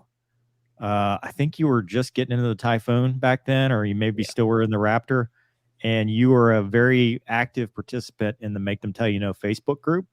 And so, dude, you've had a career and a history of paying it forward after all you've been through. So I think it's really cool that you're doing this. It may not be flying, and we can talk about the walking away part, but I just kudos to you, man. I mean, I think it's awesome. Appreciate it, Mover. That you're Thanks. helping. That you're Thanks, helping guys. there. And I don't know that another long username says, "Can you get LASIK vision correction and be a pilot?" I don't know what they flip flop back and forth on this a couple times. PRK used to be the answer. I think there's some waiver stuff for LASIK, but you always need to look at the current information, the waiver. Right. Do you have any current information beyond that? I don't no, know. my info is a couple years old. A couple years ago, LASIK was becoming more and more accepted as long as you went to one of the doctors that was acceptable to them. I would imagine it's still that way, but what Mover said was spot on. Just try to get a hold of the latest regulations, the latest waiver guidance, which if you join Mover's Make Them Tell You No Facebook group, you can ask questions there and get further info. Yeah, and that's free, by the way. We don't charge. Nobody charges anything. Nope.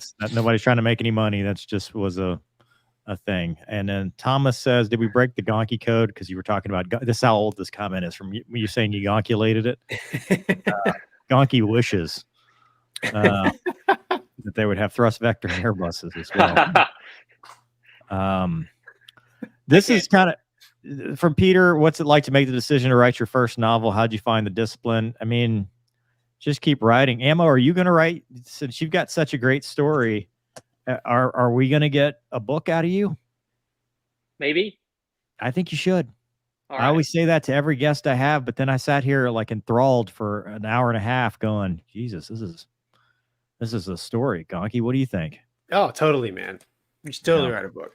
Or maybe I should just send everyone to the recording of this and then get it a couple million views. Yeah, this could be a lead-in, man. It's a lot. That's easier than writing a book. You got to take care of your book first, and then this advertises the book, not the other way around. And then Baghdaddy Mike says, "Had to step away for a minute. Did we answer the Typhoon versus Raptor who you got question?" I think we should answer. We did, but I can rephrase or summarize. You know what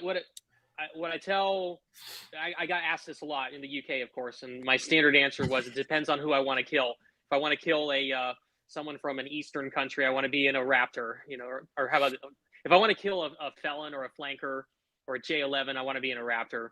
If I want to kill ISIS, I want to be in a Typhoon. How about that? Yeah, that's fair. Valid. That's fair.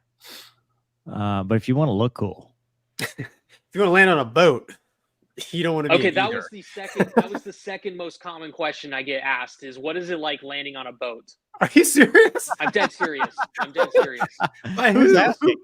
Just the general, just people. No. The Brits knew better, but just in general. Drop tanks or bombs. Yeah. Just in general, people are like, oh, you fly for the Air Force. What's it like landing on a carrier? So how can I fault them? So I love it. They pay your taxes or whatever. They do. Is this something we can talk about? Is this our Gonky level? What is this This classification, mover or gonky?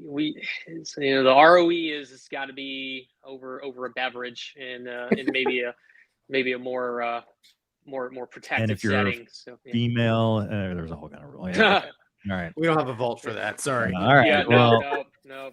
Gonky, you want to talk about our topics? Yeah, we can. I haven't even pulled this.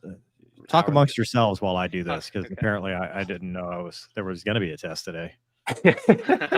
Yeah, Emil, dude, you had so many good stories, man. We're like, I know I got lost and forgot I had a job to do. All right, hey, let me ask you just a couple more Typhoon questions, only because I'm Send curious. it. Oh, when I was in Malaysia, the Malaysians were looking at buying it, so the Brits flew them over there. So I got to hang out with the British fighter. They're awesome, and they powered one up. I sat in it, and the guy was showing me around.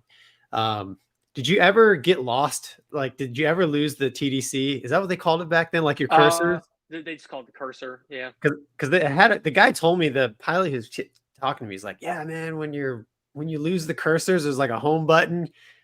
And I was like, man, in the Hornet, it was very, it was a little more intuitive, because it's funny. Then I took him over and sat him in the Hornet, which was, it is an older airplane, but just the way the cockpit's laid out, like the UFC, I remember on the Typhoon was kind of off to the side, right? And the Raptor was probably right in front of you, right? Yeah. Yes. Correct. Is that the ICP? Yeah. Yeah. Did that ever throw you off? I mean, I was sitting in it and I was like, man, I don't know, type in while I'm going this way. I kind of thought it was ergonomic because you You kind did? of, Okay. yeah, you kind of, because it had auto throttle. And so you set your auto throttle. And so your left hand is free to type in to the, Okay. Yeah. the M deck, the multi-data entry key. I think it's been a year since I've flown the jet. Now it's starting No, to it's fine. Yeah, it's starting to get a little fuzzy. More Sorry. primacy, dude. You're only going to remember Raptor stuff moving forward. I know, right? Yeah. And then Ammo, like when they were walking me out the first time, like they were there, I was over there shooting the breeze. Hey man, you want to come out and check out jet? Sure. So I'm walking out and like it sounds like there's like a like a Toyota Hilux like just blows the horn, beep, and I'm looking around like I'm about to get hit. It's And the canopy. Yeah. is it? Yeah. Okay. They're like, oh yeah, he's getting ready to horn. start up. I'm like, Yeah. what? There's like a car horn on it. Yeah, that's. Oh yeah. I think that does. Well, it sounds. Yeah, if you're moving the canopy, there is that warning horn on it there. Yeah. Yeah. Prior to. Yeah. Yeah, that caught me off guard, man. I thought I was about to get run over on the flight line. But yeah, those guys were cool, man. They brought. I mean, I don't know. Probably back home the reliability was pretty good, but there in the hot, humid climate, that jet struggled a little bit as far as just getting it started, getting it airborne. It likes the British climate.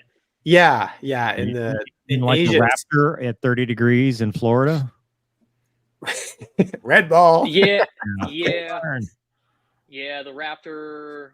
Yeah, it's fuel cooling system. Yeah, you only had a certain amount of time on the ground before you had to get it airborne or shut it down. Yeah. Great segue. So we're going to talk about some upgrades. All right. We're not going to go to jail for. Oh, lost. All right. And this is an article about an article. So my apologies, but the United States is adding the next generation air dominance tech on the Raptors as they try to keep its stealth fighters ahead. They're testing new upgraded sensor systems on the F-22 aimed to extend the service life of the Raptors, which were originally slated to be replaced by the NGAD. Some of those things actually include like an IRST infrared search and track pods, which is awesome. It's an awesome capability, but they're taking a lot of tech. They're not going to obviously talk about it. And the reason I wanted to bring this up is we've seen the articles in the news about the Raptor. Everybody is upset because, right, you get this aircraft, it gets a couple balloon kills, and then they don't make any more, and then we're going to retire them. And people think, well, we didn't get our money's worth. And then they were talking about retiring them at the end of this decade, and now it's like moving farther out. Can you talk to just the idea that, to kind of make people feel better about their hard-earned tax dollars? Absolutely. So it was actually one of the Brits that I flew with that I thought he put it poignantly. Duzza, if you're out there, this is your quote. But he said that if the Raptor never sees actual air-to-air combat where hair, teeth, and eyeballs are extinguished, then if because the Raptor's strategic effect kept it that way, in that other countries didn't want to go toe-to-toe with us because of the advantage the Raptor gives us, then those tax dollars went way further than you can imagine.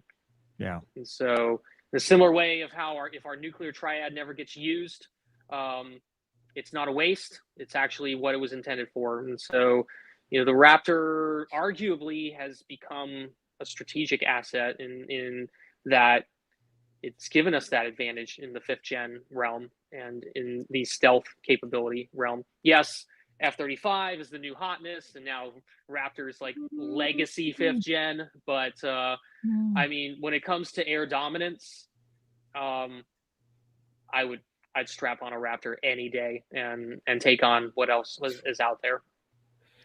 Ammo, I guess maybe you could comment on this as well. I mean, Mover touched on it a little bit.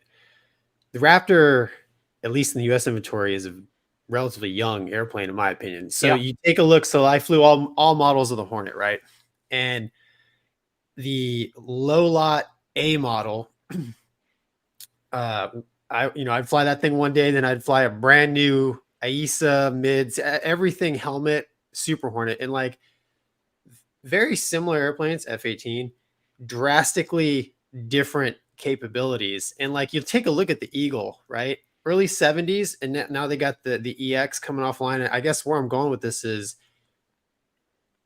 do you think, I mean, there has to be a tremendous amount of growth left in the Raptor, because it's the next generation from those airplanes I just talked about. I mean, those capabilities that in the Raptor that they probably don't even know are possible with technologies that they're still developing. You know what I'm saying? So like, would it be wrong to say, like, I just think it's crazy that there's talk of retiring it when 4th gen airplanes are still being developed and built today. That's crazy to me. I mean, So a few thoughts that come to my mind there. The Raptor is a very complex aircraft, hardware and software wise. We learned a lot of lessons from it that got incorporated into the F-35 as far as maintainability, upgradability. And so the fact that, the Raptor, sadly, its demise was short-sighted thinking a decade ago. We're thinking, well, we're only fighting counterinsurgencies. We're not going to be in a great power competition scenario anymore. So why do we pay so much money for this Cold War relic? So cancel the Raptor production. But also, we never sold it. We never exported the Raptor internationally. So those two factors, in that they're so expensive, per unit cost, and we're not exporting them. Mentality that we're not in the Cold War anymore. It doomed the Raptor's production, and so upgrading it is difficult because we can't build new ones. They did a study.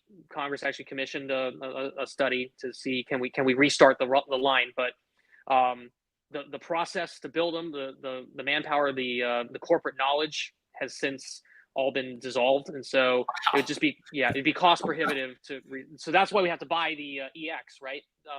We have to cover gaps in the frontline fighter numbers left by not procuring enough Raptors.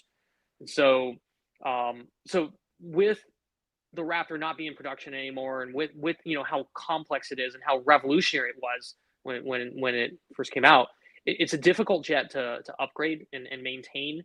And so I'm very happy that it's still getting money allocated to it to upgrade it.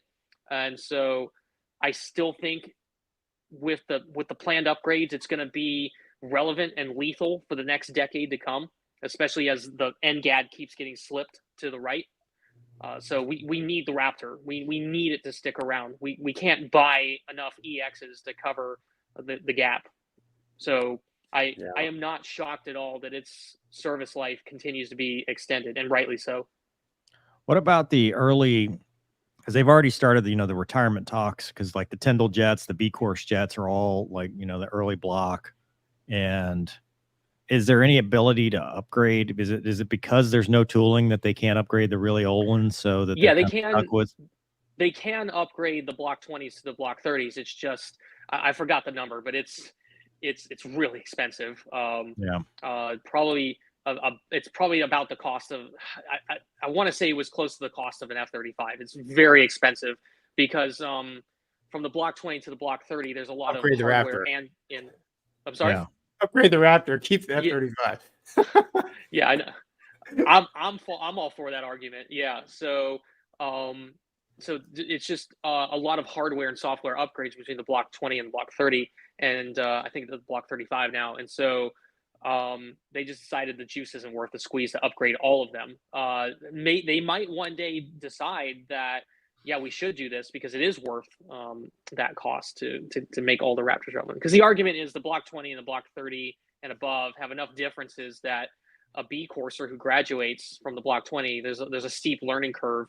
But it's happening nowadays. So the B coursers are converting from the Block 20 and the Block 30, and it's being done successfully. I went from the Block 20 to the Block 30, and there's new software and new hardware, new things. The screens are a little bit different. Interface, you have to learn some new things. So it is a steep learning curve, but to retire the Block 20 fleet would, in my opinion, be a bad move, because then where are you going to get the training fleet from? Now you got to pull from the front line, which we're already critically short of Block 30 and above Raptors. It's not a good move. I'm glad that the Armed Services Committee and other government agencies are saying, no, we should reevaluate this decision. Are they high hours too? Like, what's the hour? I mean, you weren't flying much because, right. In the Viper community, we were talking service life extensions at 8,000 hours to get them to 10, like it started at 4, went to 6, went to 8, and stuff like that. Have there been issues with these jets having too many hours on them as well, like airframe wise, or not necessarily issues, but there was concern that the mission sets that it was being used on, like our DCA mission sets in OIR, did we, for what was anticipated out there, did we need a 5th gen asset, or could that have just been covered adequately by a 4th gen and we could have saved the hours on the airframe? Other missions stateside that it's been pulled into, questions have gone out like, we can do this with 4th gen assets. Why are we burning precious airframe hours on a very limited fleet? And I think those arguments have largely won over in many respects, and they are doing a better job of protecting the airframe life of the ones that are still left. Yeah, no, awesome. On the same topic, Colin asks, is not having a JHMX or a joint helmet mounting queuing system in the F-22 a huge handicap? Did using it on the Typhoon make you wish the Raptor has one now? Great question. I would say it is a limiting factor, a lim fac, in that we can't go into classified stuff, but if you have JHMX, you can expand upon the use of the AIM-9X and its capabilities with just solely radar queuing. You're a little bit more limited, and so I do wish Raptor had JHMX. They have been looking at alternatives and solutions for a while, and I think at some point Raptor's going to get a helmet. It just has been a low priority on the funding, because if you think about it, what's the whole philosophy? The idea is the Raptor gets first look, first shot, first kill. That's the mantra, and so it's not supposed to go to emerge. But as we can see with ROE that's out there and certain demands that we get into a visual arena in many instances, we probably are going to need to have all the capabilities that we can with JHMX, full capabilities of the 9X. So that is my argument for spending the money to put a helmet in the Raptor. I did have the JHMX equivalent on the Typhoon, and it was awesome. And it reinforced my belief that the Raptor should have a helmet. Just use your little pedal turn though. Alien around. We're not going to get to the topic, but I want to bring it up anyway. Just in general, the felon, the Su-57. You know, Russia's answer. Yeah. I did a video a while back and got all the Russian people mad at me because it does some Hayaka air show stuff and like every other, you know, jet. You know, do you have any kind of opinions on that aircraft, having flown the F-22 and just what you've seen in the unclass world? You know, as far as, you know, does it do the things that you expect from a 5th gen fighter? I mean, look at how scared Maverick was of it. He wasn't scared, man. He was in the Tomcat. Yeah. Tomcats. I think what's been out on open source is that it's been a disappointment as far as sales and what it's fully capable of. So yeah, without going into classified stuff, I think they're, with the amount of resources they put into it, they're kind of forced to keep producing it and kind of bank on it. But I would say I'm a little bit more scared of what China's producing out there than the felon. How about that? Yeah, well, everybody's scared of of what they're doing. All right, so from the audience here, Davey says, I got LASIK in 2020. I'm currently a student naval aviator. Just a simple waiver if your vision improved or stayed the same. Nice. That's Navy. That's Navy. Air Force is different. I'd always consult the waiver guide. Thomas says, Mover, saw your video of helping the lady with identity theft. That's awesome. $2 for Luna. Thank you, Thomas. Go Luna. Luna Bell. She has not made her appearance yet. Although we got time. So do we have the Luna cam? The Luna cam is currently empty. Vacant. Right vacant. Okay. She'll bebop in and then Doug will. All right. Kate says, Mover, you and Ammo should collaborate on Make Them Tell You No, the mega book. I'm further inspired to volunteer with the Civil Air Patrol as you suggested. One suggested, Mover. So awesome. Nice. We got one. So we just need a couple more. Couple more. And you know, that's my quota. I don't know if you ever watched my helicopter videos, but Lester was an avid Civil Air Patrol pilot.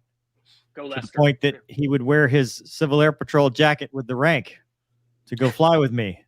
Strong. You make you call him sir? No, because I'm like, you're that's not. Right. I'm your still sir. a civilian. You do not salute him. Yeah, right. All right, Charlie. AMT says for Luna. For Luna. I wonder if she's gonna hear. She's not, dude. She's out. She's tired. We're all jet lagged in the house of Lemoyne. 3 Green says, what's harder to land, the Raptor or Cessna? I fly the T6 and I find it easier to land than a Cessna. All right. After flying the Raptor, learning the Raptor, getting to Langley, I was like, I kind of miss flying GA. Let me get it checked out in a Cessna again. And I almost couldn't land the Cessna. Like, seriously. Oh, yeah. I mean, the Raptor's 70-something odd thousand pounds fully loaded. And so, I mean, when it's not that heavy when you're landing it, but I mean, this thing is rock solid and you got the flight control system helping you there. So in my opinion, the Raptor was very easy to land. You have to be careful because the horizontal stabilizers, if you're too twitchy in the pitch, in the flare, because you see how much they move around, you'll actually strike the stabs on the ground if you're not careful. So that was the tricky part about landing the Raptor. But otherwise, I mean, it was rock solid in gusty crosswinds, and I mean, you put the thing on the thing, and where you aimed was where it was going to land. And I just found it a very easy jet to land, and I couldn't land a Cessna after being spoiled by modern day flight control systems. So Cessna, harder to land. Final answer. He's doing Canadian. I wonder if he means the T6 original Texan. That's got to be the original. Yeah. I don't think Canada, although he could be a Canadian exchange pilot at InJet or something. Could be. Yeah. Could be. All right, moving on to the mental health minute. I'm going to tee it up and then I'm going to hand it over to our guest because we've talked about this before. When to walk away. Gonky, you and I talked about this when you made your big life decision, and some of us already are looking into next life decisions. And it's a decision. It's something that you look at and you go, have I done everything that I wanted to do? And is it time to move on to something else to open a new door?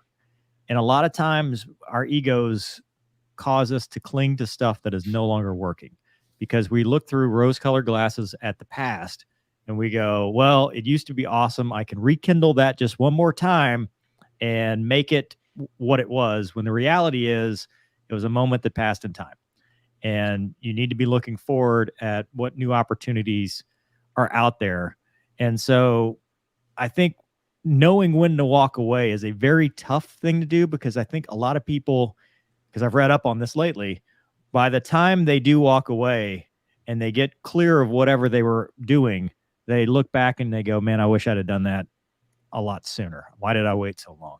So Ammo, I ask you, as a suggestion, you brought this up and you just made this decision. We've just talked about your story, walking away for personal reasons, for your family, what was best. Talk about kind of how you dealt with that and how you kind of paved your new road. Right. Honestly, psychologically is one of the hardest things for me to decide to do, because, I still could have continued flying fighters. And when the doors were closed with the reserves, because I was trying to get into the Mako specifically, and because for those personal family reasons to be in Miami, I knew that if I went with Cap USAF, that was it. I wasn't going to fly fighters, maybe never again.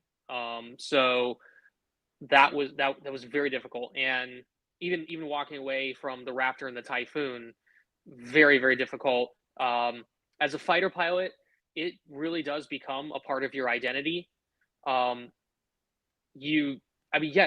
could you not take such personal pride and satisfaction in what we do?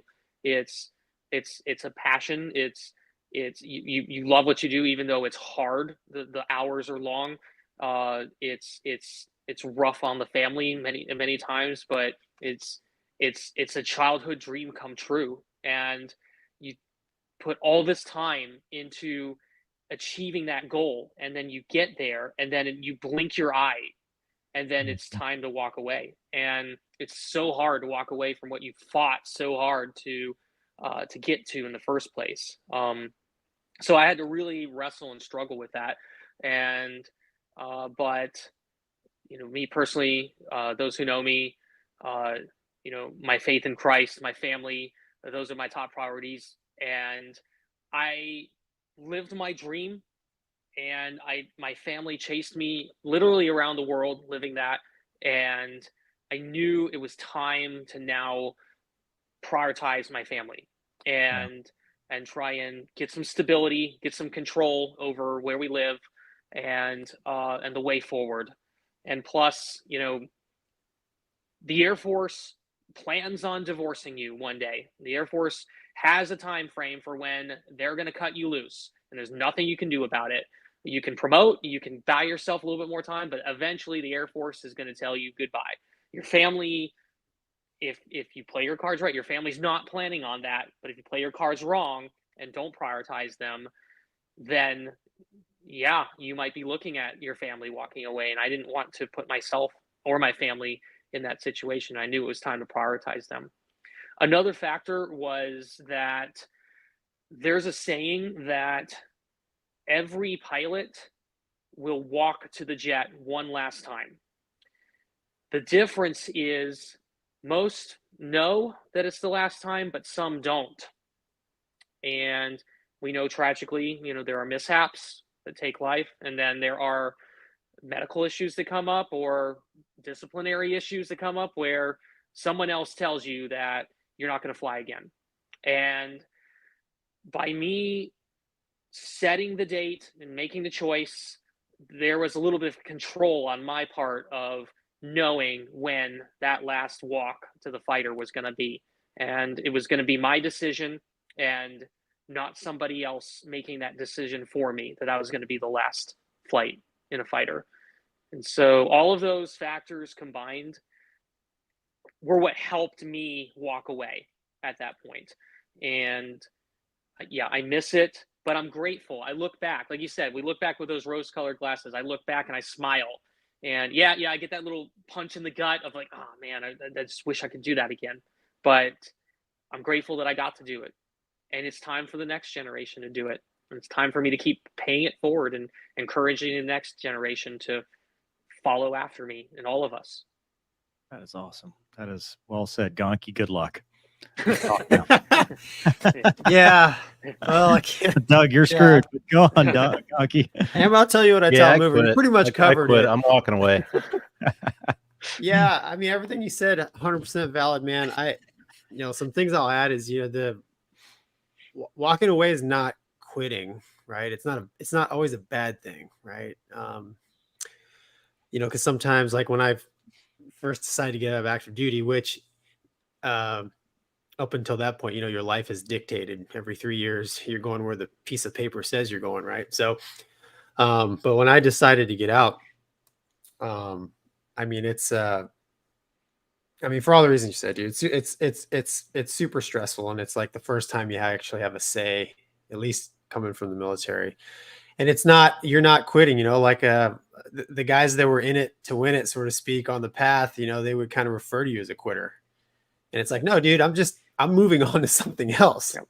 I at the time I wanted to, I just got married. I wanted to have a family, and I saw how rough, at least in the Navy, being deployed on ships and stuff, and communication was very poor. Email was poor, and the dates would slide, and you couldn't communicate that. I watched the whole thing unfold in front of me. I'm like, I'm not dragging my wife and kids through that. As much as I love flying fighters, and like you said, dude, childhood dream.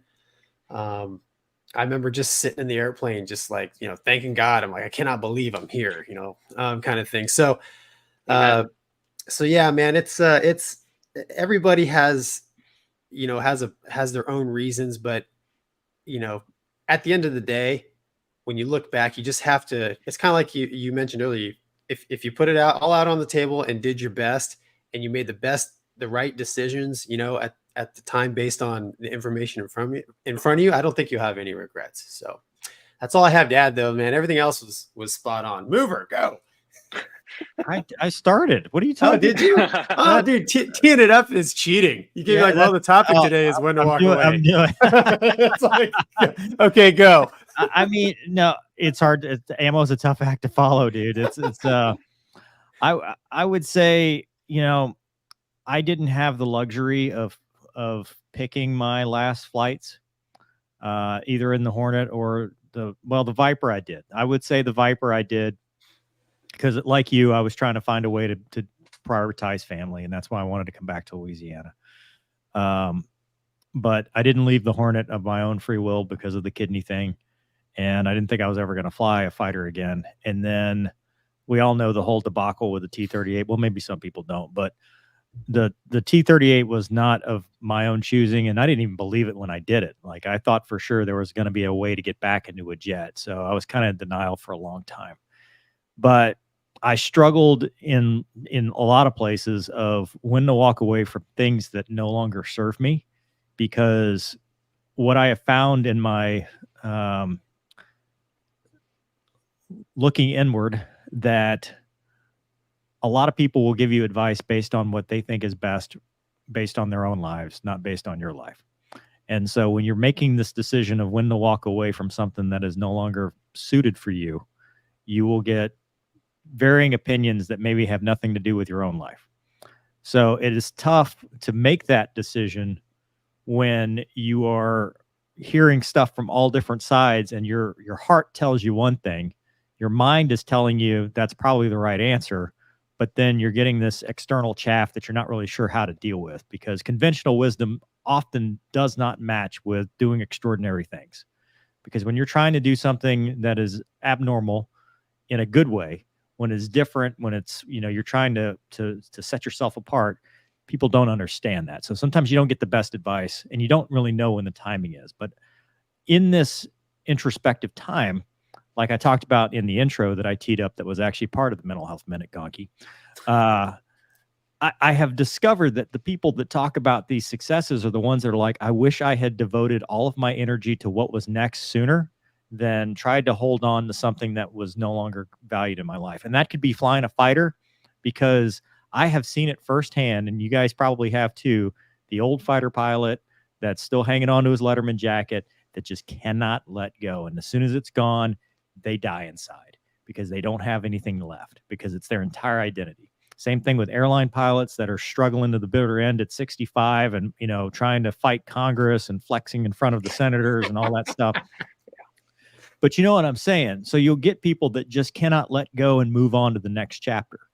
So I think from a mental perspective, mental health, we have to make the decision, run with it, and go, I'm going to look forward at what's next. And whether that's your family, whether that's your next career, whether that's, you know, whatever other pursuits you have in your life, if you hang on to the past, you'll never grow. You will be that same person for the next 30 years, and you will never achieve the dreams that you had, you know, way back when. So I think it's good. I always talk about people to talk to. You know, if you've got a chaplain, if you've got Military One Source is a good one. If you're, you know, in or around the military, squadrons now have counselors, mental health, DPH, Director of Psychological Health at the wing level. Talk to a friend. I talk to Gonky all the time. Sometimes his advice is great, sometimes not so much. I talked to Doug. Doug and I had a long conversation last night about this very topic, and it was very helpful. Thank you, Doug. I try to solicit all the advice I can get from all the friends and family. And sometimes I don't like it. Sometimes I do, you know, and you gotta weigh both sides. So, but if you're thinking about hurting yourself, you know, don't take a temporary problem like, hey, I'm never going to do this again, and make it a permanent solution. Because no matter how bad you think it is, you know, it punches me in the gut every time I think that I'm never going to sit in a jet again. But no matter how bad you think that is, there's light on the other side of that tunnel, and it's good. And it's something that, you know, you'll look back and go, I'm proud of what I did, but it's not who I was. It's not who I am. I'm a new person. Look at Shanghai. We've had Shanghai on the channel. He's told his story. This is a dude that was at the peak with an air-to-air kill in an A-10, walked away, and has done so many great things in a civilian life and not let it be his own identity. So with that, 988-911 if you need to. Doug, what do you got? That wasn't fair, man. You turned around and took away everything that was left. No, that was great. All three of you made really good points. The part about what Amos said about quitting on your own terms, that's a big deal. And I think that until you've been through the experience, it's really hard to identify how important that is. And Gonky, you made some points that you know, about acculturation and how culture responds to it. You can probably reel off half a dozen cliches about not quitting, right? Quitters never win, winners never quit, all that stuff. But we don't know how to talk about stopping. We don't know how to talk about walking away and, you know, making a choice of this is over and it's okay for it to be over, and it's over because I say it is. You reach out to people, they're not going to have that information in a lot of cases. And the other piece of it, and this is something that, you know, this is like the deep psych stuff. There's this thing called dissonance reduction, where if somebody's making a choice, they have to justify their choice. And so, Gonky, if you're talking to people about quitting and they're not quitting, what's their choice? They got to claim how great it is, whether it's good or not. And I think what you said kind of highlighted that it's same for you, Mover, that, you know, the people you're getting advice from, they're not justifying your choice. They're justifying their choice. Yeah. And if they don't like it and they're sticking with it, then they got to tell you how stupid you are to leave. Maybe that's not the friendliest way to put it, but well, and you have to, you know, always consider the source, right? You know, if I'm considering, you know, Ammo, if you were having this conversation in the F-22 squadron bar, you know, on a Friday night roll call, you know, they're going to be like, what, you give this up? I can't believe you'd give this up. You know, screw your family. You can get another one. You know, I mean, there's differences in who you're talking to and when you're talking to them, because if you talk to those same Raptor dudes 6 years down the road when they've got their line number at Delta Airlines, it's going to be a completely different conversation. They're going to be like, dude, I wish I'd have gotten out sooner because I'm making so much money and I love this job. And, you know, I can't believe I waited a day longer than I should have. So, yeah. And I think we probably all know somebody, you know, whether it's in a relationship or in a job or something, where we can look at them and really get some insight into what it means not to quit. I know people who should have quit Oh yeah. or should have walked away. I mean, we're saying walked away because it's nicer to say than quit, but that's what it comes down to. When there's- you quit. Yep. When to be quit. John had a good point about a Kenny Rogers song. I think Kenny Rogers had the whole recipe right. The No one gambler. to hold them. Yeah. Fold 'em. Yeah. John also said, same goes for in law enforcement. For us too, it's the patrol call. Final radio calls always make me tear up. Yeah, it's always sad. The ones that make me sad are when it's a funeral, when they are, because they keep calling to see if they can find them. It's just terrible. It's awful. Dude. Baghdadi Mike said, I achieved everything I set out to do. And, you know, ammo, one of the things you touched on that was kind of different for me is, you know, I didn't lay it all on the line. I made mistakes. You know, if I ever wrote a book, because everybody's like, Mover, why don't you write your auto? Because I will never have that story where it's like, and then I did this and it worked out and I was awesome. And then it was this. It would be this very flawed story of, I went here, I screwed up. I didn't do the best that I should have been able to do. I learned from it a little bit and then made the same mistake at this place. And then I learned from that. And it would be this incredibly flawed narrative because, you know, I do have regrets. And the only way to get through those regrets is to forgive yourself. That's it. You have to forgive yourself for making the mistakes and not having the maturity or not having the stuff that was going on in your life at the time. You have to give yourself a little bit of grace. I know that's a different mental health topic, but, you know, that is part of walking away is the regrets. And if you have regrets, sometimes it's okay to just go, well, I do, but that's because I didn't have the information I have today. Whatever's next, I will do better at or try. Yep. So, okay. Can't follow that. No. Great. Kate says there's write something to be said for making the decision, being in command of the choice. That's why I write fiction, dude. I wrote fiction. I wrote it in the forward of my first book. I was like, my story's not interesting enough. So here's this fake story that I made up. And people still at Homestead thought that I was writing an autobiography about them. And I'm like, I can't help you, dude. It's in the fiction section. None of this is real. Bob Smith says, write a book. Hell, ammo, start a podcast. Listen, always looking. Look, there's enough room for like 8 squares on this thing. I'll invest in some better headphones. Audio technology. You need a boom. Yeah. I don't know. James says, I left the Marines for my family. Wasn't a pilot, obviously, but I loved it every day for 8 years. Hadn't to leave, though. Our deployment tempo back then was just too much for a young family. Yeah. And that is it. Hatchet says, Hatchet, what's happening, homie? He's working tonight, I think. The best friends will always tell you the truth, even if it's what you don't want to hear. Gonky. Joe says, Airwolf. Not much to add what's been said, so I'll just support the Gonky Herc fan club. Oh, here it comes. Thank you for the reminder. Dude, Yeah, baby. There's that. Yeah. See, that's the Herc's doing That's 35. a good look on you, Gonky. Yeah, I bet. Uh, That's my actual Herc flight suit right there. and then there's the real picture. Oh, jeez. he's a natural. Yeah. He makes the rubber dog shit out of Hong Kong look cool. 3 Green says, I fly the old T6. Priorities change over time in life, and it's important to put yourself and family first in any case. And then Kate, walk away is the gracious and empowered way to think of it. Okay, that is it. We have covered all that we are. Any reattacks, by the way, around the room before we go? We'll make this a Raptor style debrief. Nope. This is where you say nothing. You got nothing. It's time to walk away from walking away. It's time to walk away from this show. Ammo, dude. Yeah, thank you. Ammo. Awesome. Thank you for your story. Thank you for agreeing to do this. You totally need to write a book, dude. Write the book.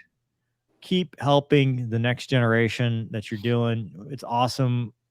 They need to hear your story because too many times kids think that, you know, if there's any little small obstacle in the way, I can't do it. And they need role models like you to tell them that, hey, dude, I was not an astronaut. I was not, you know, perfect. Can we even use astronaut anymore? Boeing's got them stuck in space. Ooh, too soon. Yeah. Too soon. Whatever. But my point being, they need to hear these feel good stories. And they also need to hear that it doesn't always, the path is not linear, Nope. but it also does not end in the Top Gun Maverick. You walk out of an Airstream trailer at 69 years old and you go fly a P-51 and then go fly your Dark Star and all that stuff. Like sometimes the answer is, I came, I saw, I conquered. See you later. Thanks for the time. The fighter life is your mistress, not your wife. Right? Yeah. I mean, you're only there for a little while. A good time, not a long time. It was a good time, though. I'd do it all over again. It was a good Heartbeat. time. Yeah, 100%. Gonky, I think Mike Tyson's the one that said know when to hold them, know when to fold them. Right. Ammo, you missed that one a couple episodes ago. Mr. Gonky You misquote one thing. attributing some things to the great, I'll have to go back and look at it. great Mike Tyson. All right, that's it, man. Appreciate anything you want to add, anything you want us to tell people to check out besides the Civil Air Patrol, which is an awesome program. Again, it seems, as if you're considering getting into the Air Force, Guard reserves are awesome. Don't discount the active duty route either. Seems like a lot of people are like, oh, I got to go to Guard or reserve to, try to control my life. But, that door wasn't open for me when I tried to apply, and I went the active duty route. And a decade later, I'm in the reserves now and have more control of my life. But the active duty was absolutely necessary to do that. So I'm just saying, don't be afraid to consider active duty as an option, especially if you want to fly, because it's just another path. Don't write that off. I just seem to see that in the Make Them Tell You No forums. A lot of people focusing on the Guard and Reserve route, but not really thinking about the active duty route. But that's the only thing I wanted to add to the young listeners out there. Oh yeah. Awesome. Oh yeah. Gonky, anything to add? You misquote one thing, Mike Tyson. No quotes out of me today, man. Dallas says it's never too soon. We had that as a topic, but what are we even going to add? It's terrible. Yeah. Exactly. I wouldn't want to do it. I'd go to SpaceX, but I wouldn't, do the other one. All right, Douglas, anything before I hit the button? No, sir. All It was right. a great show. Thank you guys. Thanks Thanks for joining. Enjoy it, gents. everybody for watching. We'll see you on the next one. Night. Later. See ya.